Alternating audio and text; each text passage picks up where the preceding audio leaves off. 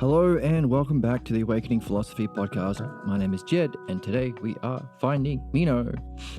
So we've been doing a lot of review lately, a lot of reflection. That's what we discovered in our reading of Phaedo is part of the process.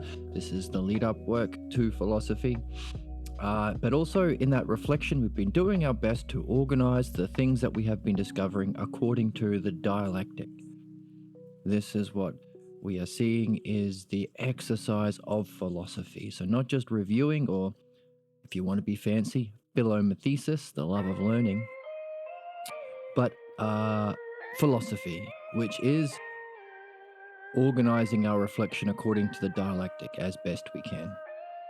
So this text, we've learned a lot about the dialectic already.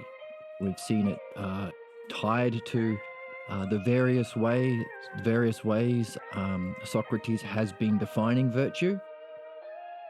But one of the puzzles is, how come Socrates is saying it hasn't been defined yet? He's done a dialectic that we are calling the definition dialectic. He's done a demonstration dialectic. He's done a division dialectic of the dialectic. And he's come to a conclusion, what he calls the paradigm. Has he been defining virtue or has he been defining dialectic? And we can wonder, what's the sameness and the difference there? And of course, after that, after coming to that conclusion, he threw it over to Meno. Can you have a go? So now that you've got this paradigm, we could say within the whole of the text, we have defined the paradigm. Can you therefore demonstrate it, Meno?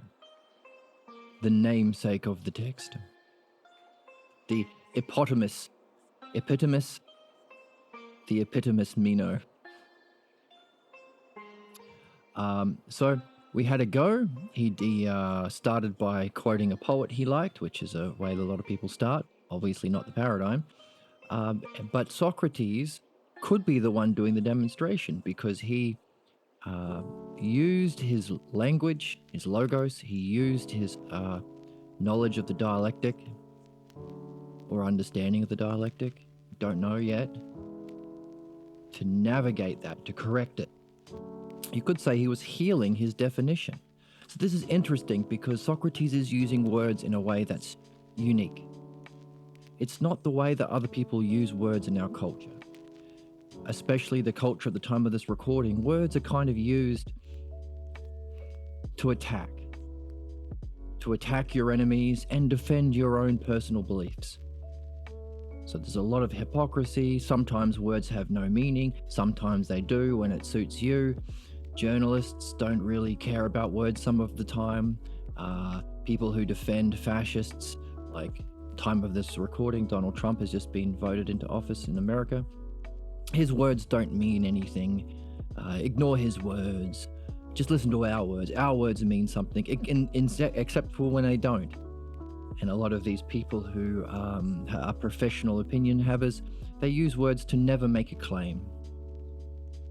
So one of the channels that I like is the Majority Report, and Sam Cedar was recently on a podcast with such a grifter, mouthpiece for fascism, using his words to manipulate and indoctrinate and exploit other human beings. And in that podcast episode with Sam Cedar from the Majority Report, the other guy, Tim, just tried to use words to win on technicalities. Now, this is what Socrates has called in this text we're reading a heuristic. Using words to, and using his words to never actually make a statement. I can't be proven wrong if I never actually say anything. Technically, I can always get out on the technicality. But if you make a statement, I can try and find a way that technically you're wrong and I can win. This is what Socrates calls the heuristic and antagonistic kind of use of language.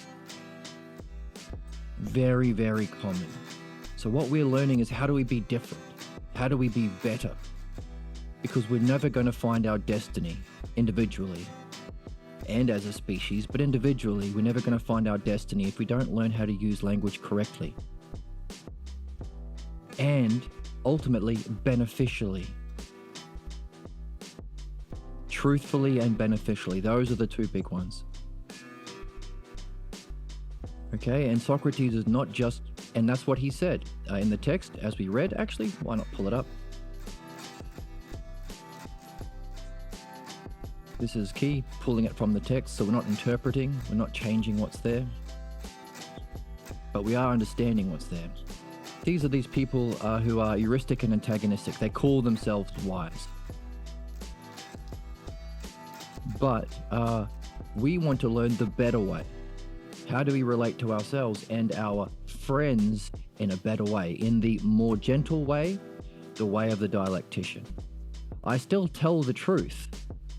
I will answer the truth, but I will proceed by means of premises which we, through questions, can acknowledge together we know. So there's a reasoned step-by-step progression. That's a use of words. Still telling the truth, but in a way that we can go together, which can, as he said later on, he gives us another key element. This is part of reading, sewing together the key pieces of the text. Benefit.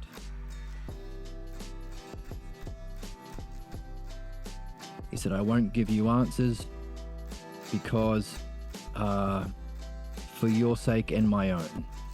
He later goes on to bring in the idea of benefit. Because bad things do harm and good things benefit. And people who we think are bad aren't actually bad. They have been convinced by beliefs. They've been led to believe that bad things are beneficial. So the key word is beneficial. So we're pulling out key. This whole section is to do with benefit. You can fundamentally dissolve a terrible, terrible belief about what's virtuous.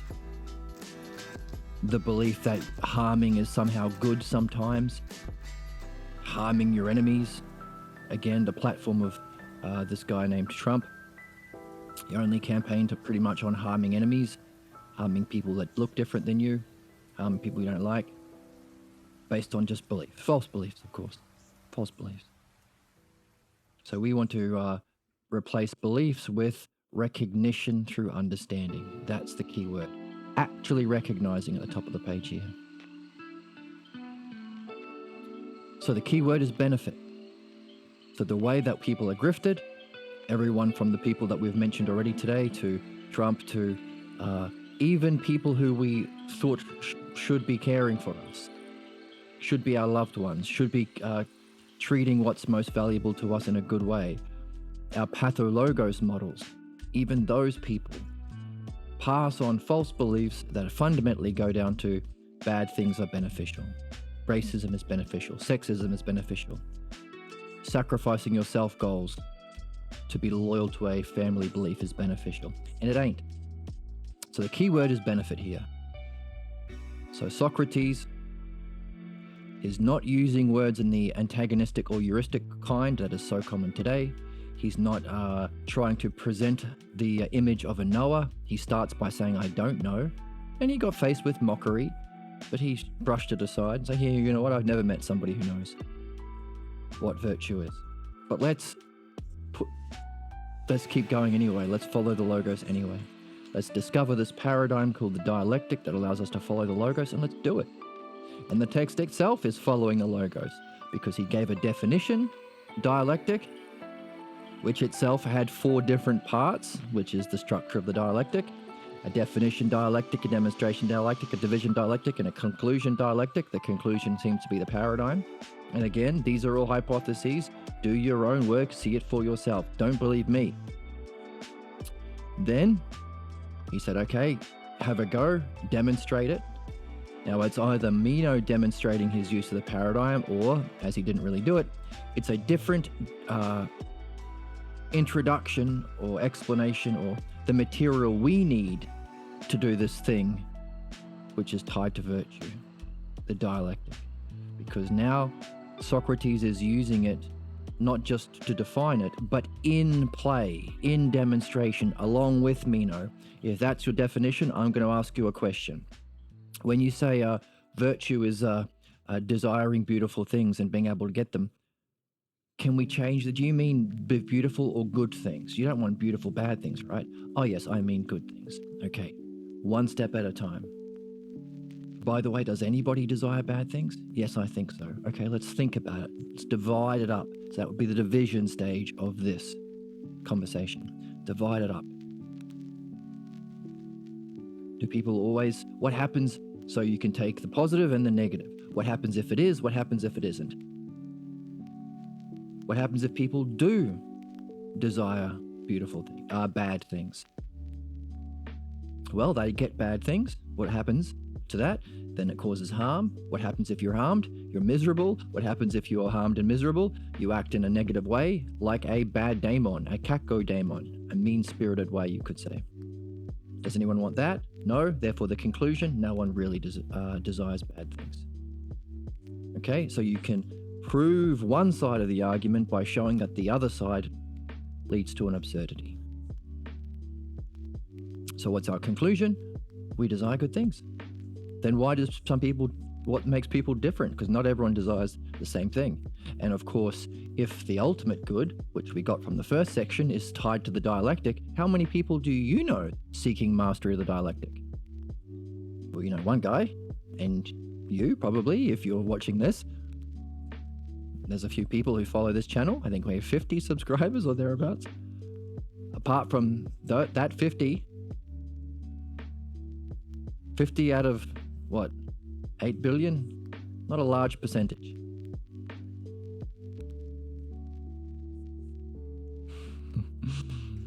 So we have different ideas of what's good. Some based on belief, which is that big percentage, and some based on understanding and recognition. By the way, belief can lead you to be convinced that bad things are actually beneficial. So whatever it is we're here to do, it has to be to elevate our functioning from belief to understanding. How do you do that? That seems to be the dialectic. So Meno demanding answers, like the spoiled rich kid pretty boy he seems to be, these are the words from the text, won't really help him because it's just a belief, isn't it? Even if it's a belief from Socrates, even if it's a true belief, it's not the same as understanding. So maybe Socrates inviting him again and again to re-enter the conversation, not be persuaded to leave the conversation because of his counterattacks or blocks, and have a go, do it himself, practice the dialectic himself. Maybe that's Socrates inviting him to participate in understanding. And maybe that's how you learn virtue. Don't know. Questions on that are on the table that we're carrying with us. So at the end of all that, the resulting conclusion of this demonstration of the dialectic is, well, if we all seek what we think is good, and the two parts of Meno's belief about virtue is desiring good things and being able to get them, then we're all the same because we all desire what we think is good. Again, Meno didn't see the difference between belief and understanding. So therefore, what makes people better than another person? That second part, the ability to get them. But hang on a second, if you get them in an unjust way, that can't be virtue. Oh. So not getting them is equally virtuous. Therefore, what are we left with? Doing anything, so long as you do it with justice, is virtue. Doesn't matter about whether it's good or bad, because we all desire the good. Doesn't matter if you get it or not, because it's not virtue if you get it through injustice. So it must be the method. Seeking or desiring anything so long as it's with justice, that's virtue. Hang on a second. You're playing games with me, Meno, says Socrates, having fun with it, keeping him engaged, keeping it it's a fun game. It's the game we're here for as human beings. You must be messing with me because what you've defined virtue as is doing anything with justice, which is a part of virtue, So doing anything with a part of virtue is virtue. That doesn't sound like much of a definition. Meno didn't like hearing that and started manifesting what we call a block to the logos, or a counterattack to his insight. So it could be just anti-logos when people realize that they are mistaken. So long as they're not open and curious and like to see that they're mistaken, their reaction could be to shut down the logos. So there are various what we call rhetorical techniques nowadays: ad hominem attacks, tangents, personal attacks, threats, and Meno threw a lot of those. He went on a tangent about appearances, engaged in name calling, created a straw man argument, or maybe not a straw man. Said, "Oh, this isn't actually understanding; it's sorcery. And by the way, you better not leave Athens," so threatening him. And Socrates took that with aplomb or charm. Maybe that's part of virtue, realizing it's not personal. If every human being has a block to the logos, of course, either a pathologos or just, it might not necessarily be a pathologos, but we all get a pathologos, and that functions to literally block your logos. So you can expect counterattacks to the logos. You can expect blocks to the logos. It's not personal. So Socrates likely knows that, and he didn't take it personally and said, you're saying that because you're talking about what we look like. I look like a flat-headed stingray. All right. You're just saying that because you are good looking and you want me to give you a nice analogy, right? That's not what he was doing it for. It's a very, very generous way of making sense of that.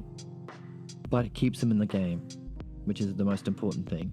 Stay in the game. I say this time and time again, stay in the game. When you feel like there's something else worth doing, stay in the game. When you feel like you're not good enough to do it anyway. If you feel like giving up, stay in the game. Because it's literally the only game. You're either in a dialectic with the logos, or you are sacrificing your destiny to be a slave to the pathologos. One side is destiny, one side is fate.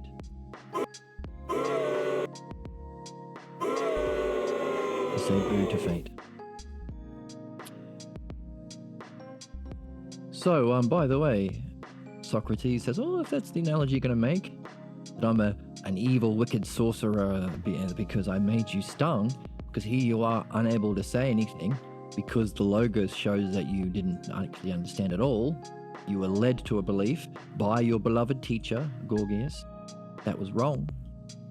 You like the fact that you gave many speeches about what virtue is. After all, that's our culture, right? People pay a lot of money to get their college degree. Why?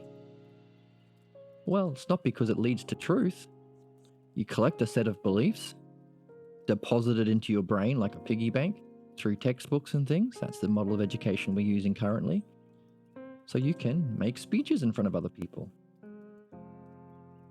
In your professional practice as a teacher, as a content creator, a professional opinion haver, a philodoxia, a lover of opinions. So to see that he can't do that anymore,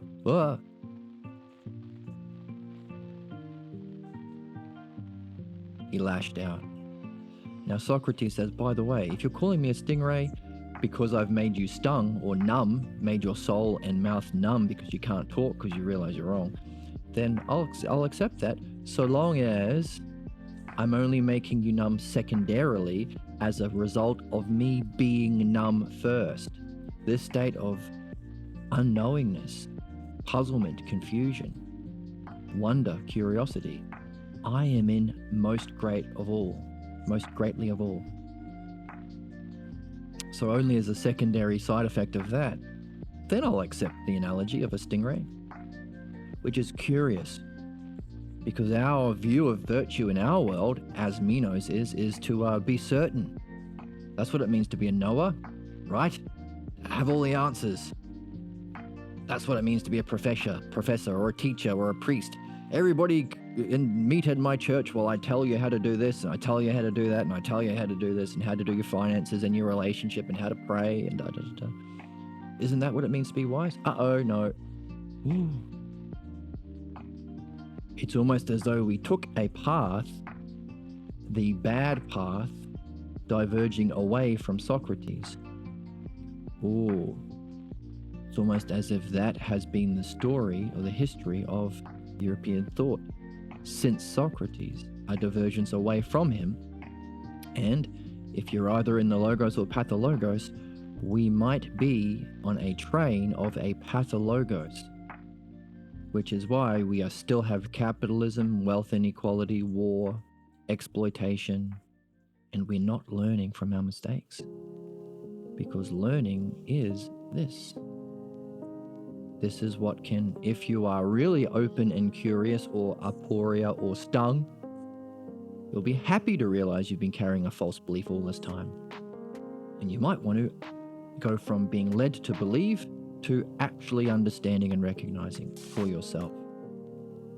And if that's the case, if that's what actually benefits, it's probably something to do with this dialectical paradigm that Socrates is insisting on again and again.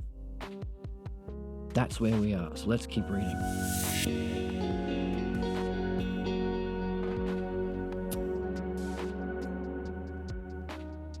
So here it is. Socrates. I heard that yourself was nothing other than puzzled, aporia. And you make others puzzled, aporia. And now you indeed appear to me as you are bewitching and drugging me, completely enchanting me, so that I have become filled full of aporia, perplexity. And if I am allowed to make a joke, you seem both in your appearance and in every other way, much like the flat-headed stingray of the sea. For self also always makes anyone numb, any who comes near and touches it. For you,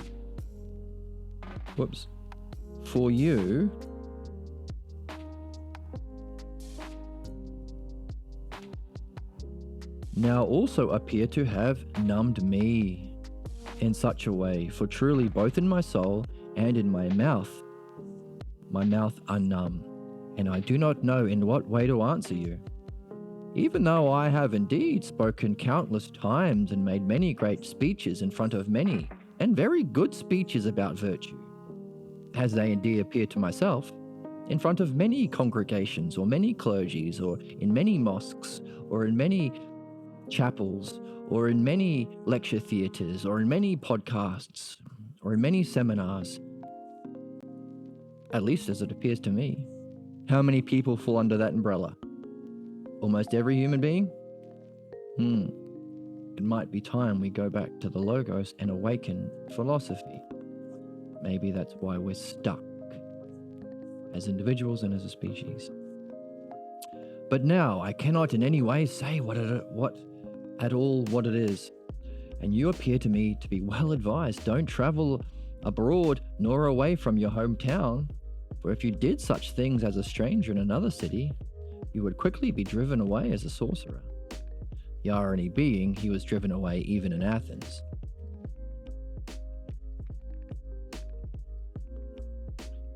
I wonder why Meno finds safety in a hometown that might share his individual beliefs. Because beliefs, especially ones that are harmful, are inherited through your culture and family. Maybe that's why he wants to find safety in his hometown. A question we can carry with us. You are a villain, says Socrates. Meno, you are a villain because you almost deceived me. What exactly, Socrates? I recognize the sake that you made a comparison about me. Why do you think so? So that I would make a comparison about you. For I know this about all those that are beautiful. They rejoice in such comparisons, for it's to their advantage. For I also believe that similes or comparisons of the beautiful are themselves beautiful. Thus I will not make one of you, I won't engage in this name-calling stuff. But on the other hand, as far as I'm concerned, if the stingray is self-benumbed, and thus it makes others numb, then I am like it. Like, not just it, that's the lowest reading of self, then I am like it, the subject of the sentence, the stingray. He says, and this is only in the Balboa, the accurate translation we can see under here, I am like self. What's he saying? I am like it. I am like the self being, the honorific, and I am like perhaps even the one self. Those are the three levels you can read when you get to self, autos. What would that mean? Significant considering the conclusion of the last section was self-virtue must be not a part of virtue like justice, which is one of the real beings, one of the eidos, one of the aspects of being. We are after the whole, which means the whole of being. So if I am like the self, the honorific self being, that might be significant because that is what we're after. The whole of being is virtue. That's the hypothesis from the last section. But how can you know the whole of being unless you are knowing self? Because to know the whole of something, you have to be perceiving it from a greater level. So we're learning about the whole of beliefs to free ourselves from our problems of beliefs in midwifery, because we're not swapping one belief for another. We are engaged in understanding. So too, understanding can be about being, but you can also have experience of being, that's nous. But how can you experience the whole of being unless you are a level above it? That's the level of self. So, if the stingray is self-benumbed, and in that way it makes others numb, I am like self. What level does he mean? I am like a stingray, I am like self-being, or I am like the self? That's a question. We can take all three and carry all three questions as we read. That's part of the game. If not, then I am not. For I do not make others puzzled from my self-abundance, but by being even more self-aporia, self-puzzled. Stung.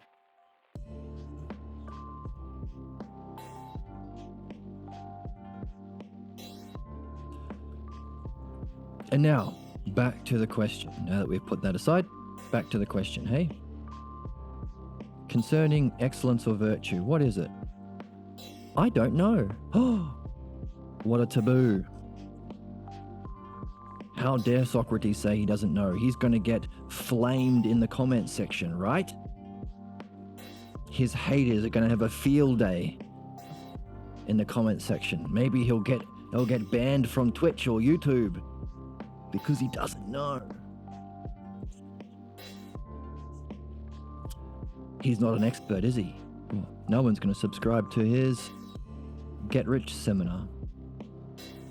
So I'm using these examples because this is what happens in our culture, to point out the difference between what we're doing and what Socrates is telling us to do.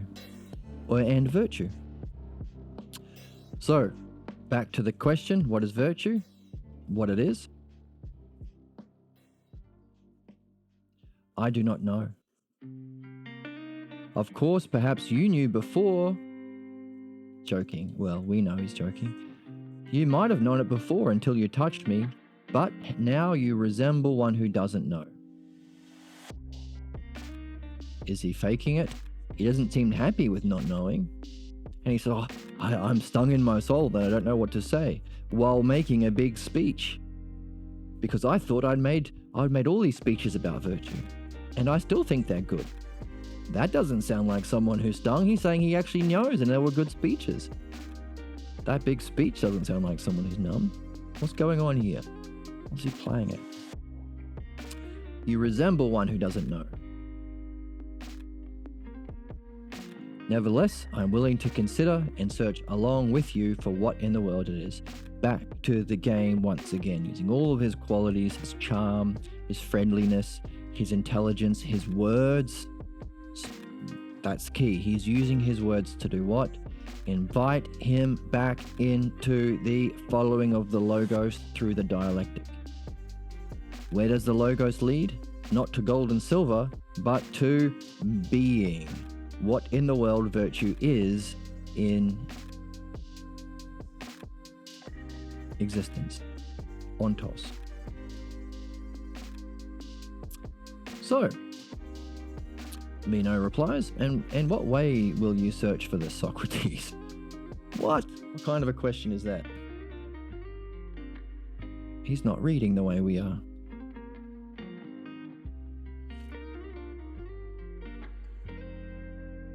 In what way?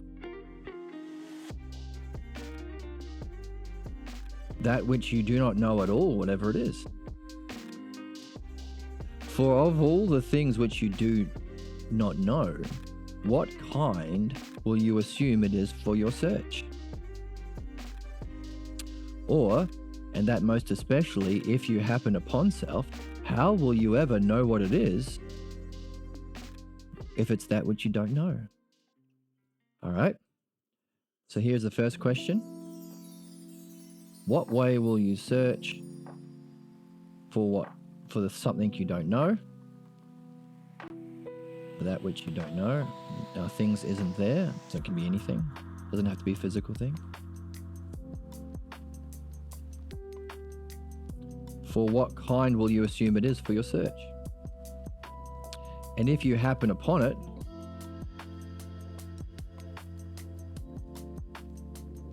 how will you know that it's that? If you don't know.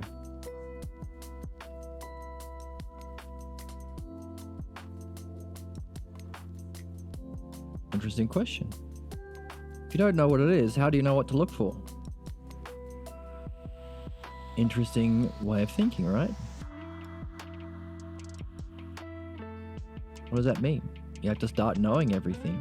It's kind of how people are, right? You get the beliefs you get from childhood and you spend your life defending it. I was right because my daddy says so. My race is the right race. My gender is the right gender. Yada, yada, yada. I just know. Common sense.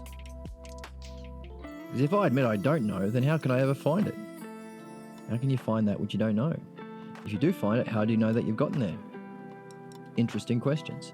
Socrates, I understand what it is you intend to say, Meno. Do you see that it is a contentious argument? Okay, contentious argument, which you are presenting. All right. The word is logon, logos, and contentious. So this kind of way, we might recognize it as like a red herring or a way of blocking the logos. Hey, why even follow the dialectic and logos? You either know it or you don't. If you don't know it, then how can you find it? If you don't know it, if you do stumble across it, how do you know you've got it if you don't know it? So, as we have the Balboa translation, we can look up this word here. We recognize this word, of course, is logos. The word translated as argument. And again, Balboa keeps both because his translation has to be readable for those who aren't familiar. So argument makes more sense to regular folk than us philosophers who are following the logos. Logos is a key word. It's the central word for philosophy. So let's paste it there. Copy it over. The word sounds like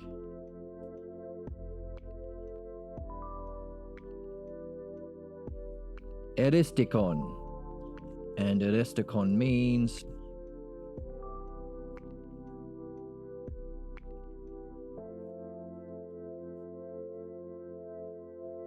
eager for strife or battle. Fond of wrangling or arguing. Sophistry. Aristocron. There's our heuristics. Sophistry, which is a fancy word for using language to try and sound smart when you're not. The sophists are the enemies of the philosophers. Bullcrap artists, we would say. Sophists, wrangling or arguing, using their words just to win arguments, like all those grifters that we meet. Politician grifters, capitalist grifters, CEO grifters, even some professors of philosophy grifters. We'll say that quietly. Preacher grifters. The way we've learnt how to use words for 99.99% of the population. The way 99.9% of the population use words today. What we have to unlearn to be better. Heuristicon. So we'll put this under here.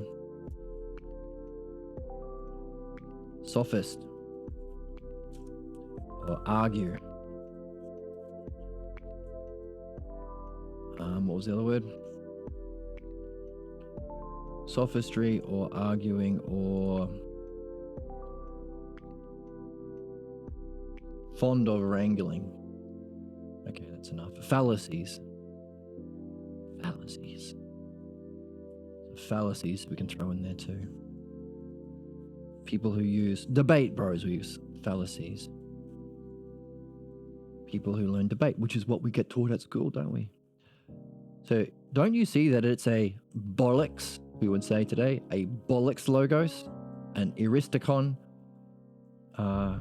sophist, rhetoric logos, which you're presenting, since it claims that people in general, one,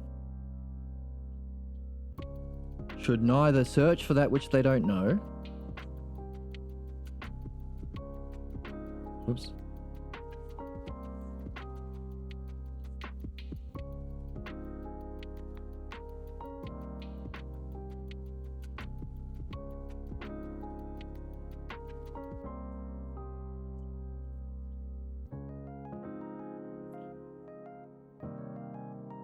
No, should not search for that which they don't know, nor for that which they, say that again.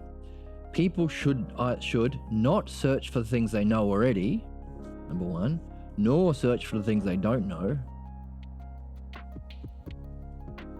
Right? This is literally what we mentioned that Sam Cedar interview with one of those persons who characterize the mainstream grifter economy. Gets a lot of money, recently found to be getting a lot of money from Russia to sow this heuristicon, negative language, to bastardize the use of words to create discord and disharmony in America, which suits Russian interests. So he was paid a lot of money to do that. Name's Tim Pool, part of the Ben Shapiro, Daily Wire, that kind of the right-wing griftosphere, which is very, very, a lot of money, a lot of billionaires, a lot of, I think, oil executives and stuff pay these people to spout propaganda. Sam Cedar said to these people, said to him recently, "Oh, I'm surprised with how little you know." And he said, "Well, yeah, my job is I read a headline somewhere and I opine about it. I'm a professional," literally, he said, "I'm a professional opinion haver." And Sam said, "Yes, but don't you want to read the whole article? Don't you want to search for that which you don't know? You say that we should remove Social Security, which is a big deal. And why do you not know anything about Social Security? Why have you only read one headline and that's your whole basis? Why don't you search for that which you don't know?" Don't care. You get paid millions of dollars to say the worst things to human beings and lead them to believe that which is bad and harmful is actually good, at the destruction of humanity and our planet, because it makes more profit for those billionaires in the short term. Ooh. All right, so very relevant even today. They shouldn't search for what they already know, nor should they search for that what they don't know. For they neither search for that which they indeed know, for they already know it, and there's no need to search,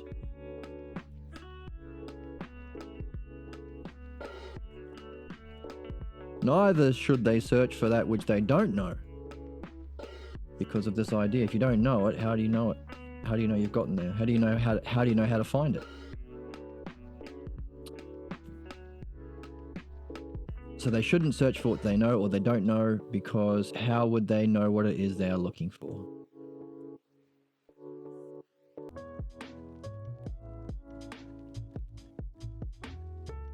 Neither should they search for that which they do not know, for they wouldn't know what it is they're looking for. So what he calls a heuristicon logon, a sophistical use of words. Garbage rhetoric. Heuristicon logos. Does this argument not appear to you to be well stated, Socrates, says Meno? Socrates responds, not as far as I am concerned. Meno, can you explain in what way?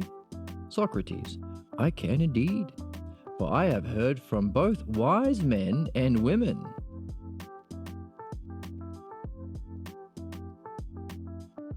All right, wink wink, we get it? Do you get it? What's one of Meno's ideas about virtue? Different for men and different from men than it is for women. Women control society, men control society, women control the house. We call sexist garbage today. Common sexist garbage. Like one of the platforms, again, we use Trump because it's just easy to see, it's part of culture. Their big appeal was we get to oppress women, take away their human rights, take away their bodily autonomy. Right? Appealing to what we call incels. So a very common belief even today that women are somehow less than men. Very, very common, unfortunately. So again, what happens if we listened to Socrates 2,500 years ago? I don't think I have to say much about how recently women have been allowed to vote or have a bank account or make decisions for themselves, or even that's been taken away. Right? Women being... Yeah, so it's the opposite. So in chat, we're seeing that Meno is the one with these sexist views. Very common views, though. Our Christian culture often blames women for even sin. Again, nobody reads the book, and we're learning how to read here. If you read the book, you realize that Eve didn't actually trick Adam, and they weren't cast out of the Garden of Eden. None of that happened. It's just lies that are told to us by authorities. And for the first 1,000 years, you couldn't even have a book. You had to just blindly believe the interpretations from the people who were allowed to have the book. Meanwhile, philosophy was banned as well. You'd be murdered if you had a book like this. Because, yay, Christianity. Oh, thanks for the follow. So, not only is it new that we're allowed to have these books, and not only is it even newer that women are even allowed to read, but it's new that we have a text that allows us to read for ourselves. Even today, if you study Socrates, rarely do you read the book. You usually read interpretations from other people. So again, opinions being led, and they'll teach Republic, like when I did it at college, they taught Republic as a political text. Literally the exact opposite of what Socrates said. We have been fed lies about philosophy and Socrates. Until now, where we have an actually decent translation, the Balboa translation. Sneaky little hobbitses. They've all been sneaky, but now we have the Balboa translation, where we can read for ourselves, which we've only had for about 5 to 10 years, so it's new, it's important, but also we have to learn how to read. Everything we've been doing in this series, we've been learning how to read, how to look up the words for ourselves, like we did here. Every single word counts. Seeing the significance of the word self. Realizing that he's not giving us the answers, he's giving us puzzles. Realizing you can only see the puzzles if you are reading in this kind of way. Realizing it's not about being certainty. That's not aporia or being stung. It's about giving up your certainty to be curious and puzzled. All of this is the opposite of how we're taught to read today. See how different what we're doing is? How important it is to learn how to read? Very, very significant. Okay. Oh, we have something in the chat. Let's jump over to the chatty chat. Religion in their early ages was very oppressing. Yes, even today, because as we're seeing here, it's still belief-based, which is in opposition to understanding. So people who do bad things are not because they're bad people, or as the religious people say, heretics or sinners or infested with the devil. It's because they have been taught that beliefs are good, and they ain't. Because you can be led to believe bad things are good. However, understanding, you don't fall into that mistake. If you understand and see for yourself, you can't be tricked or grifted to in that way. So what Socrates would say, Socrates said this 2,500 years ago, before even Christianity. He said, hey, look, don't go down that road of belief. We had to go through the Dark Ages. Everything went to crap. When Emperor Justinian founded Christianity in 530 odd AD. Shut down the academy. Shut down philosophy. We have to recover. That's been our European tradition. We have to recover. We have to learn how to understand for ourselves, which is literally the logos. That's dianoia, understanding the logos, learning the dialectic, and learning how to read. So we're doing reading. Now, one such puzzle is, why did he say, I have indeed heard from both wise men and women about divine realities? Well, first of all, divine realities. He's not in the physical world. Learning is not about collecting gold and silver and Bugattis and fame in the physical world. Again, very key. If you don't realize this, you're not doing philosophy, you're doing something else. It's about the realm of the divine or being, which is eternal, which is true, which is where the logos is, which is where principles lie. Fundamental, otherwise you're just fighting about opinions and beliefs and who can grift the hardest. So that's the divine realities, but also he's heard from wise men and women. What was Meno's belief about virtue? It's different from men and women. Women have to only rule the house, whereas men can rule the city. Oh, and by the way, slaves are all right. Just like capitalism. It's okay to have a slave class and then blame them for all of the problems caused by wealth inequality. That's Trump's platform. It's not us billionaires who are exploiting you. It's the poor people who look different. Slavery is fine. Prison slavery as well. Child slavery as well. So very common belief even 2,500 years later, including this men and women are different garbage. Of course they are different, but not in terms of virtue, not in terms of reality. It's the same reality for everyone, even women, even children, even people who are enslaved, even alien species. If it's being, then any culture or species at any point of history or time, whether it's Socrates 2,500 years ago, or it's us right now, or it's aliens on another planet 1,000,000 years in the future. If it's being, it's always true. That's why we can unify ourselves, our souls, and our species, and all life. So he mentions wise men and women, and because of the way that we've been reading with such integrity and specificity, we know that he's saying this because Meno is sexist. He wouldn't think he's sexist, he just think he's normal. What does that mean? Both men and women equally can know about reality. about being. He just threw that in there, which is something that we can learn about the art of dialectic. He didn't have to say it.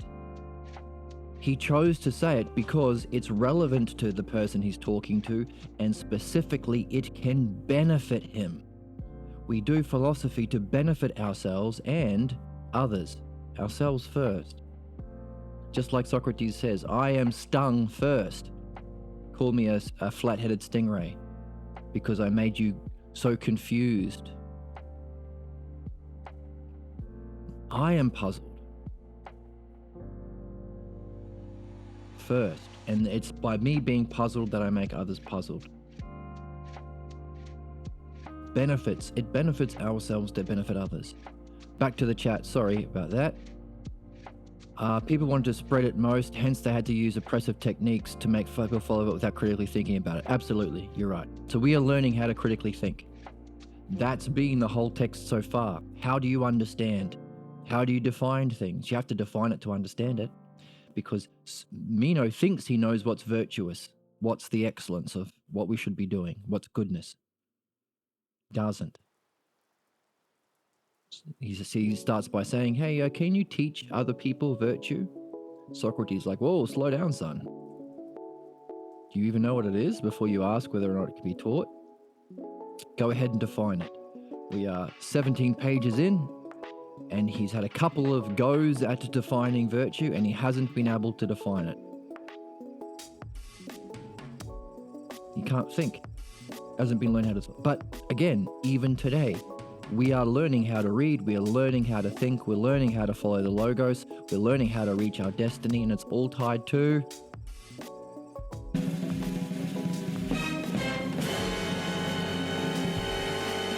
the dialectic.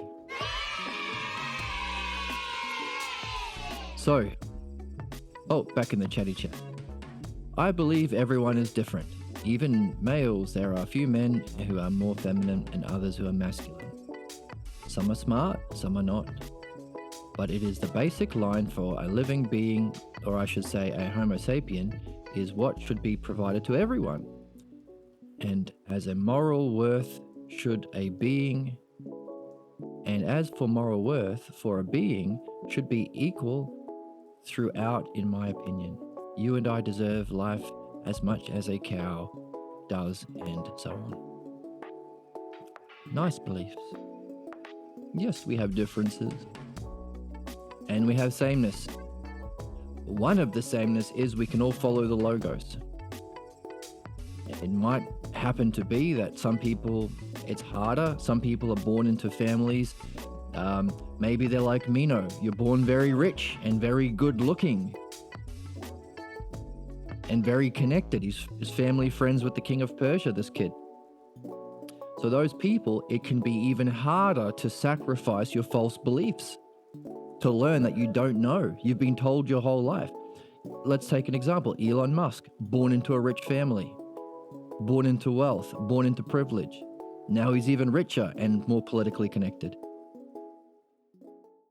He thinks he thinks he knows everything. It's almost impossible for him to realize he doesn't know the things he claims to know about, and to be open and puzzled, which you need to be. That's called being stung or aporia, in order to even learn philosophy. So some people, it's more difficult for them, like Meno. And if you're lucky, you were not born beautiful, you were not born rich, and you were not born popular.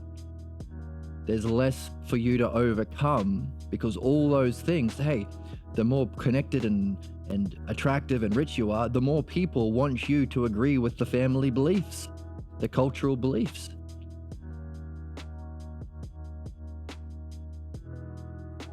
This is something mentioned in the Republic. So yes, we're all different, but we are all the same in that we have the same destiny. We're all the same in that we can all follow the logos. Understanding is the same. Beliefs are different. Understanding is the same for everyone, even men and women. And we've already talked about this earlier in the text, where he says, hey, by the way, you say virtue is different from men and women, But if virtue is something that exists in being, could that be true? What do you mean, says Meno. Well, hang on a second. What about other things like, what are other things that exist in being, not the physical world? Physical world will have them as adjectives, but they have to exist as a noun in being. Things like size and strength. Is that the same for everyone? Is big and small the same for women as it is for men? Well, yeah, of course. What about health? Is the idea of health the same everywhere and for all people? Yeah. Strength? Yeah. Then excellence.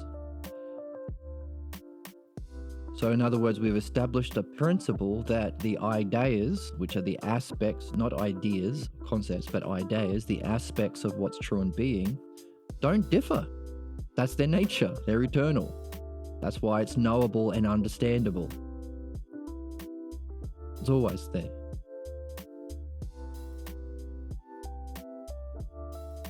So these aspects, like virtue or excellence, does not differ whether it exists in a child or an elder or a woman or a man. And Meno's reaction was, to me, Socrates, I think this case is different than all the other cases. It's hard for him to give up his sexist opinions. Why? Because he's a man. Why? Because he's not an old person. Why? He's not a child. Why? He's not a slave. He is in the ideal position.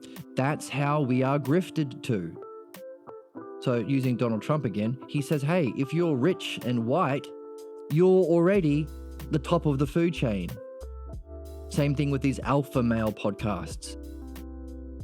They present a false hierarchy. The true hierarchy is the logos, is the levels of going from belief to understanding to nous to phronesis, levels of cognitive development, level of being, the physical world, the world of being, the self. These are actually levels of development that we are literally here to follow. But instead of following that, they give you a false hierarchy. You're better because you're a man. Well, a lot of stupid men like that idea. And by the way, they've never learnt how to use words and actions, virtue and logos, to benefit anyone. So what do they use their position of authority to do? Hurt people, harm people, oppress people. They're sadistic bastards. Why? They haven't learned virtue. They haven't read Socrates and learned how to read. And they haven't done philosophical midwifery, which is the use of understanding to uncover the quality of sadism you have, the quality of injustice that you carry, to purify from yourself from your problems. That's what we've been learning here. You have to purify the pathologos, which is the false beliefs about self and reality that cause your problems, that if you put in a position of power, you just play out, which is why that expression exists. Power corrupts. Only if you haven't done midwifery, and also you haven't done philosophy, which is learning the logos. So you now know how you can use your power to benefit, which is what Socrates is doing. And what we can do, because we have this text, we have the internet, we can form a community on Discord, we can read together, and we can learn how to read. So, a little important, and that's why we read with this level of integrity. We can catch these little Easter eggs. They're not Easter eggs. They're telling us what it would mean to actually function with an art. You didn't have to say, I learnt about the nature of being from men and women. He could have just said, I've heard from wise people something about the nature of the divine realities. Didn't have to, but it would benefit. It's a choice. So we can wonder, is that? So when you're making an example for something, is picking an example that would benefit the person you're talking to, is that part of virtue?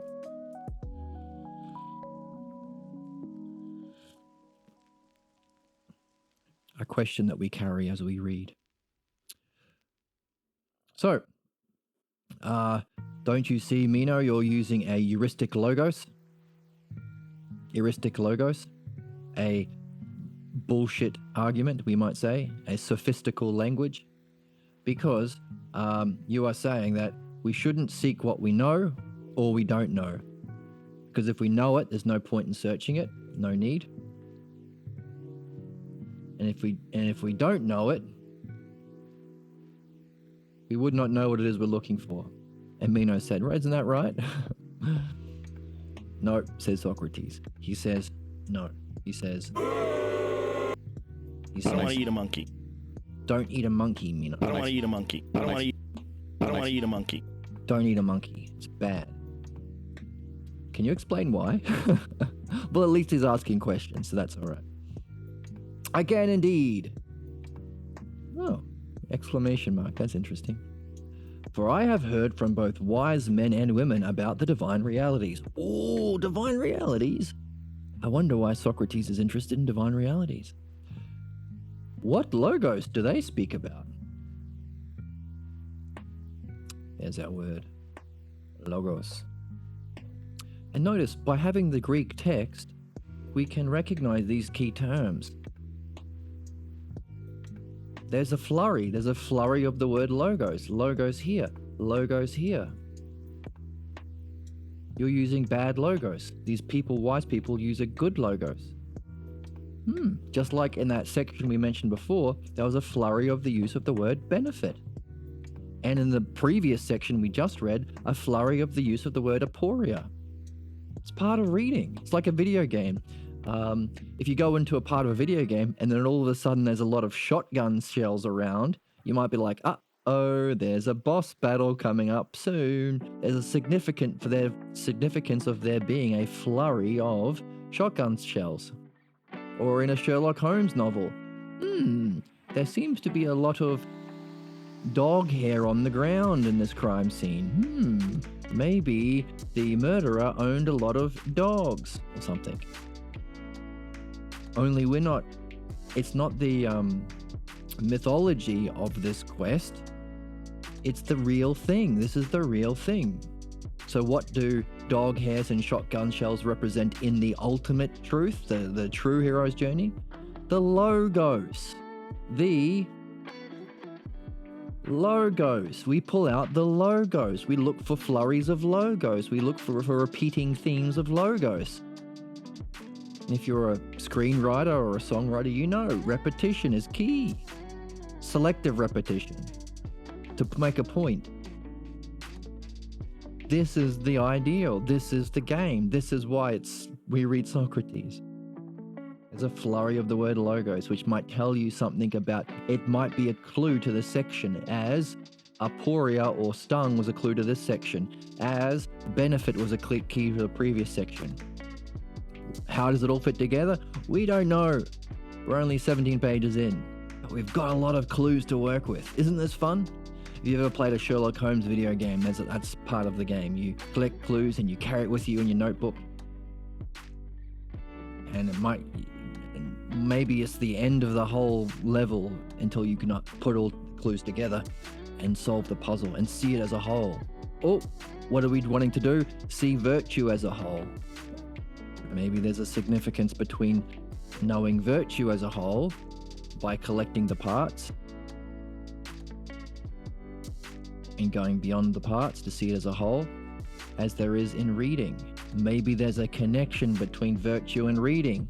Now that's a good clue, because questions are also clues. And quests.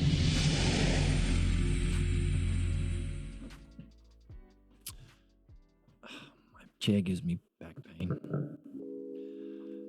It's one of the things I'll upgrade when this channel gets lots and lots of subs, when I become as popular on Twitch as Hassan, or I don't know, whoever's popular on Twitch. I'm going to upgrade my chair. Denims. She's the best one. If you're not a follower on Denims, you can't find her right now because she's been banned for doing what? Telling the truth. Reporting the facts about what's happening in our world, specifically about the genocide that's happening. It's only a month ban. Hopefully it'll be over hopefully, hopefully they'll remove the ban because they realize that she's telling the truth and doing something very important in a rare way. Very, very special person. But if not, she'll be back in a month. Join her channel if you're interested in understanding politics, what's happening in the world. Okay.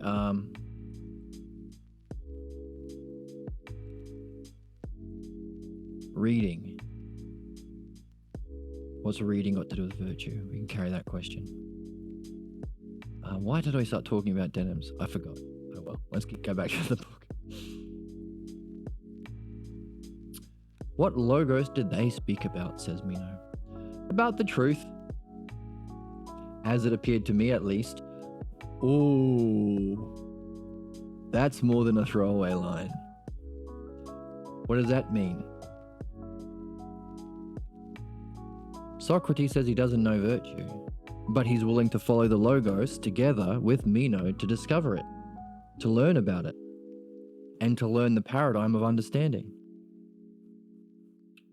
Oh, in the chat, I have a few ideas for today's politics, but I don't know who would agree on. But it's a thought experiment to think about it since it requires a system. Yeah, good point. Good point. So the system that we're learning here is the dialectic, which we call it the paradigm. Paradigm is the word that Socrates uses. Can we see it in the text? Paradigm.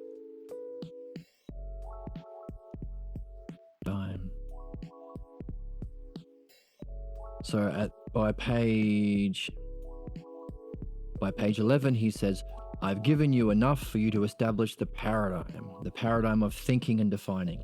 So this paradigm, if it's the paradigm of thinking itself, what we call the logos or the dialectic, then it should be eternally true and for everything.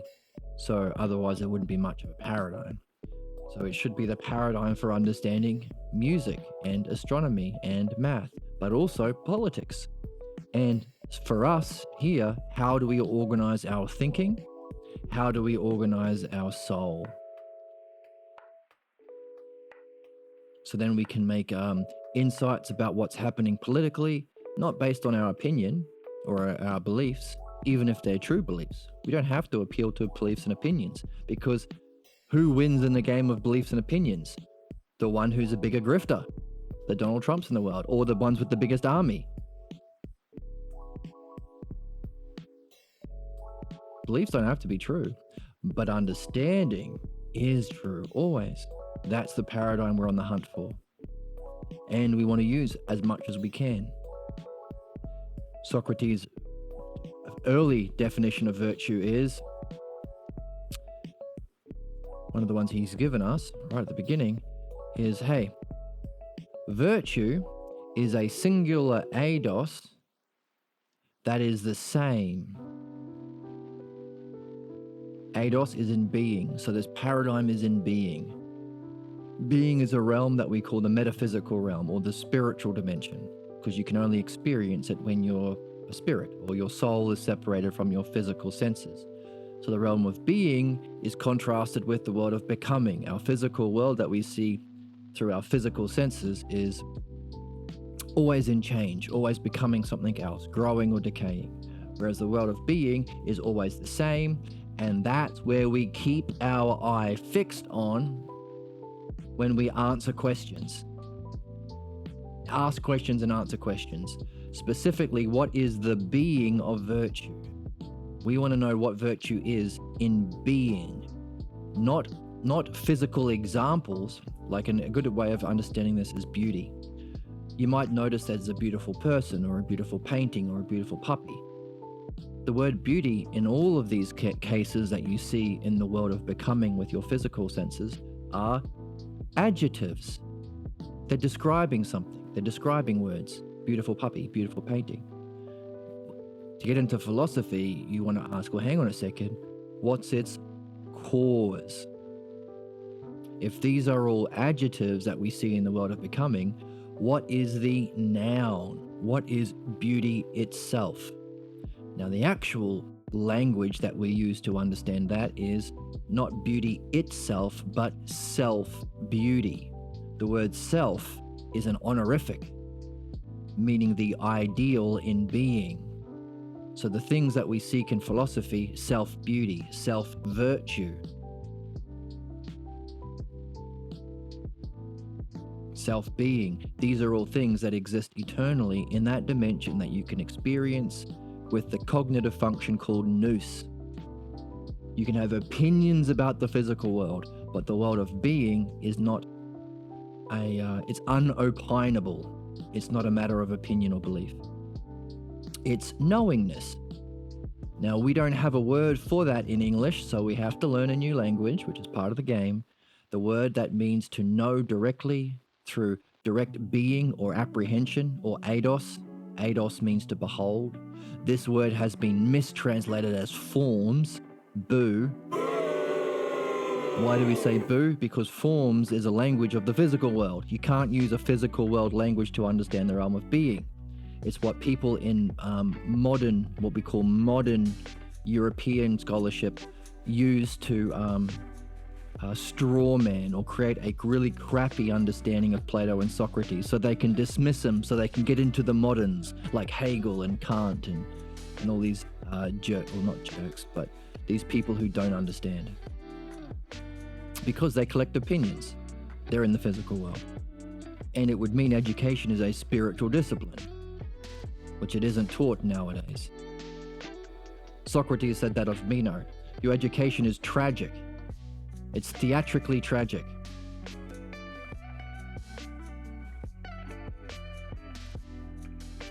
It's theatrically tragic, Meno, because you left school before the mysteries, before becoming initiated into the realm of being.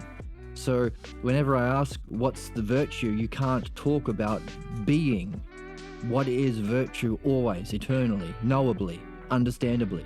You just point to examples you like.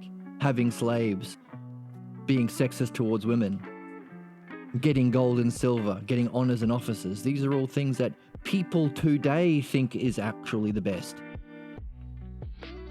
Who's our leaders? Donald Trump, Elon Musk, our political class, the capitalists, all the CEOs. What do they seek? Physical power, physical wealth, which is the cause of physical conflict. The realm of opinions. So we want to reach the truly existing beings. That's true philosophy. What is the being of virtue? And that's what we keep our eye fixed on. And keeping our eye fixed on being as much as we can at all times, while engaging in answering and asking and answering questions, or the dialectic, that's how he first defines virtue. Completely over the head of Meno. Oh, in the chatty chat. I have a few, yes. So that's the paradigm. So if we understand this paradigm, we can say, hey, this is how we should organize our society to create the conditions for us to do the two things we're here to do. Understand the logos and dialectic, so we can move from opinions and beliefs to understanding, specifically understanding the realm of being, which means we need a new word, dianoia, but also verifying that understanding in direct experience, that's called knowingness or nous, and then use this nous confirmation and direct experience of truth, along with our dianoia understanding of it, to function in a way that benefits our soul at all times and everyone. So if that's our destiny and our purpose, then politics should be nothing other than creating the conditions for that to happen. And that's not an opinion, that's just truth. And you can point to the paradigm, the dialectic and logos to show that that's true. Doesn't matter what you believe. In fact, if you believe something different, that's fantastic, because we should have a society that takes people whose opinions are wrong and getting in the way of their growth, creating the condition for them to reflect on themselves and learn and understand. That's how we solve problems. Formally, that's called philosophical midwifery. That's what we do on this channel. Half the time we do logos, half the time we do philosophical midwifery, which is giving birth to the false beliefs that we carry that we don't even know we're carrying, that blocks us from doing the logos. So that's the paradigm that Socrates has been giving us the clues to figure out for ourselves, and he's been encouraging Meno to use all the way through. Right. Oh, right. You're familiar with the Republic. That's fantastic. Join the Discord if you like. If you join the Discord, you'll get a notification when we go live on Twitch and YouTube. But also you can share thoughts and ideas and insights and things that you are difficulties with people who are like-minded. Should be a link below somewhere. That's what this idea includes. I wanting the intellectuals who possess the understanding of human society. Yeah, makes sense. Who do I want doing my surgery? I don't want to vote from a bunch of stupid idiots. I want the one person in the hospital who actually understands how to do surgery to do the surgery on my body. Same thing with politics. I want someone who understands the logos and dialectic and who's had experience of it in nous and has integrated the two, like Socrates, to use that logos and turn the logos into laws. Which is simple, a rational approach to sharing all resources and technology in a renewable, efficient way to meet all human needs, to free us up from work so that we can pursue understanding and mastery of the logos and dialectic, applied to philosophy, what's true, and midwifery, to purifying ourselves from what's false. That's a rational approach.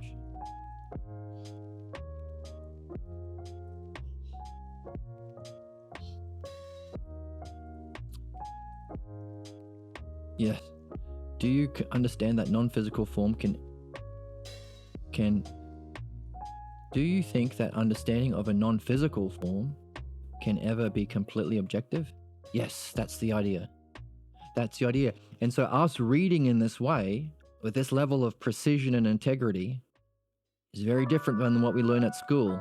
We want to read lots of books. You go to do philosophy at college, here's the Republic, and here's Hegel, and here's Nietzsche, and here's Heidegger, and all these books. There's so much to read. In fact, usually they don't even give you the books. They'll say, oh, here's a synopsis. This is an interpretation from some other person. This is Bill's idea of the Republic. This is Frank's idea of Nietzsche. So we're doing the exact opposite. We are reading it for ourselves with precision and reflection and review, looking for clues, looking for puzzles, pulling out key terms, organizing those key terms along with the dialectical structure as much as we can. Very different. And when you go to school, they'll say, you read Catcher in the Rye. What does it mean to you? What's your truth? What does this poem mean to you? And you say anything. Now, the real game is guess what the teacher wants and give it back. If your teacher's a hardcore Christian, well, to me, Catcher in the Rye is about how Jesus loves everyone. Your teacher will go, brilliant, brilliant, A+, good man, A+ for you. You are going places. That's interpretation. That's adding to the text what isn't in the text or leaving out what is. We are doing the opposite. We're learning to read, capital R, which is the opposite of interpretation.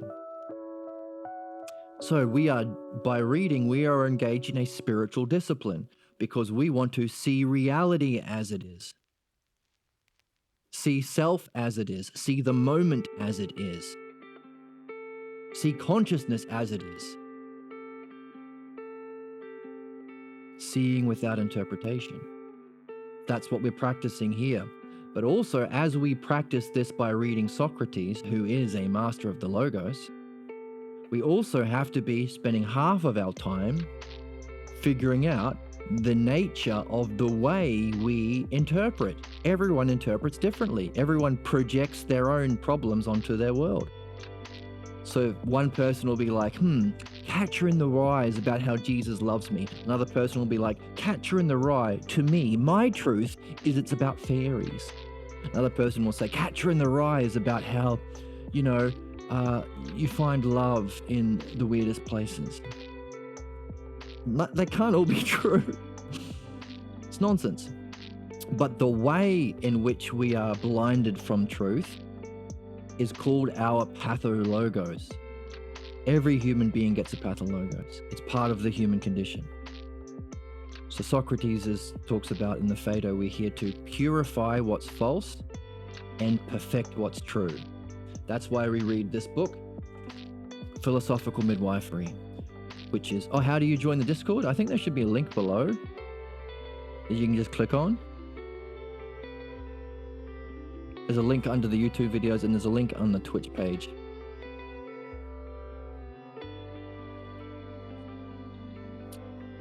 So that's reading without interpretation. Sweet. So we are reading, which is the game, is fun, is the hero's journey, is the Sherlock Holmes quest. But also we're having an extra benefit of we're engaged in a spiritual yoga to see what is without interpretation. And we spend half the time doing philosophical midwifery, which is learning that same paradigm, the same dialectic, not applied to what's true in being, which is objective, to answer your question. It's always true for everyone, that's its nature. But we investigate the kind of subjectivity that we hold that blinds us from seeing things as they are. That's called philosophical midwifery. It's a term that Socrates used to describe his art. Which is neat. You don't have to fight over whose God is right, or whose sexism or whose nationalism wins, whose team wins, whose religion needs to be genocided. No need. It's just true. If you're having a problem, that's exciting because we can practice using our art that we're here to perfect, the dialectic, helping people understand the nature and cause of their problems through the dialectic. And if you're free of problems, exciting as well. What do you use that freedom for? I know, to take over the world, to gather all the gold and silver and sit on it like a dragon, like Elon Musk and Jeff Bezos. Then use your power to manipulate people, get people to do what you want. Nah. No, you use that freedom to pursue the logos. Understand and discover the nature of self and reality, your purpose. And as it's the purpose to all living beings who have the ability to reflect in words, logos, self-reflection, the key word is ousia, and in a state of mind called stung or aporia,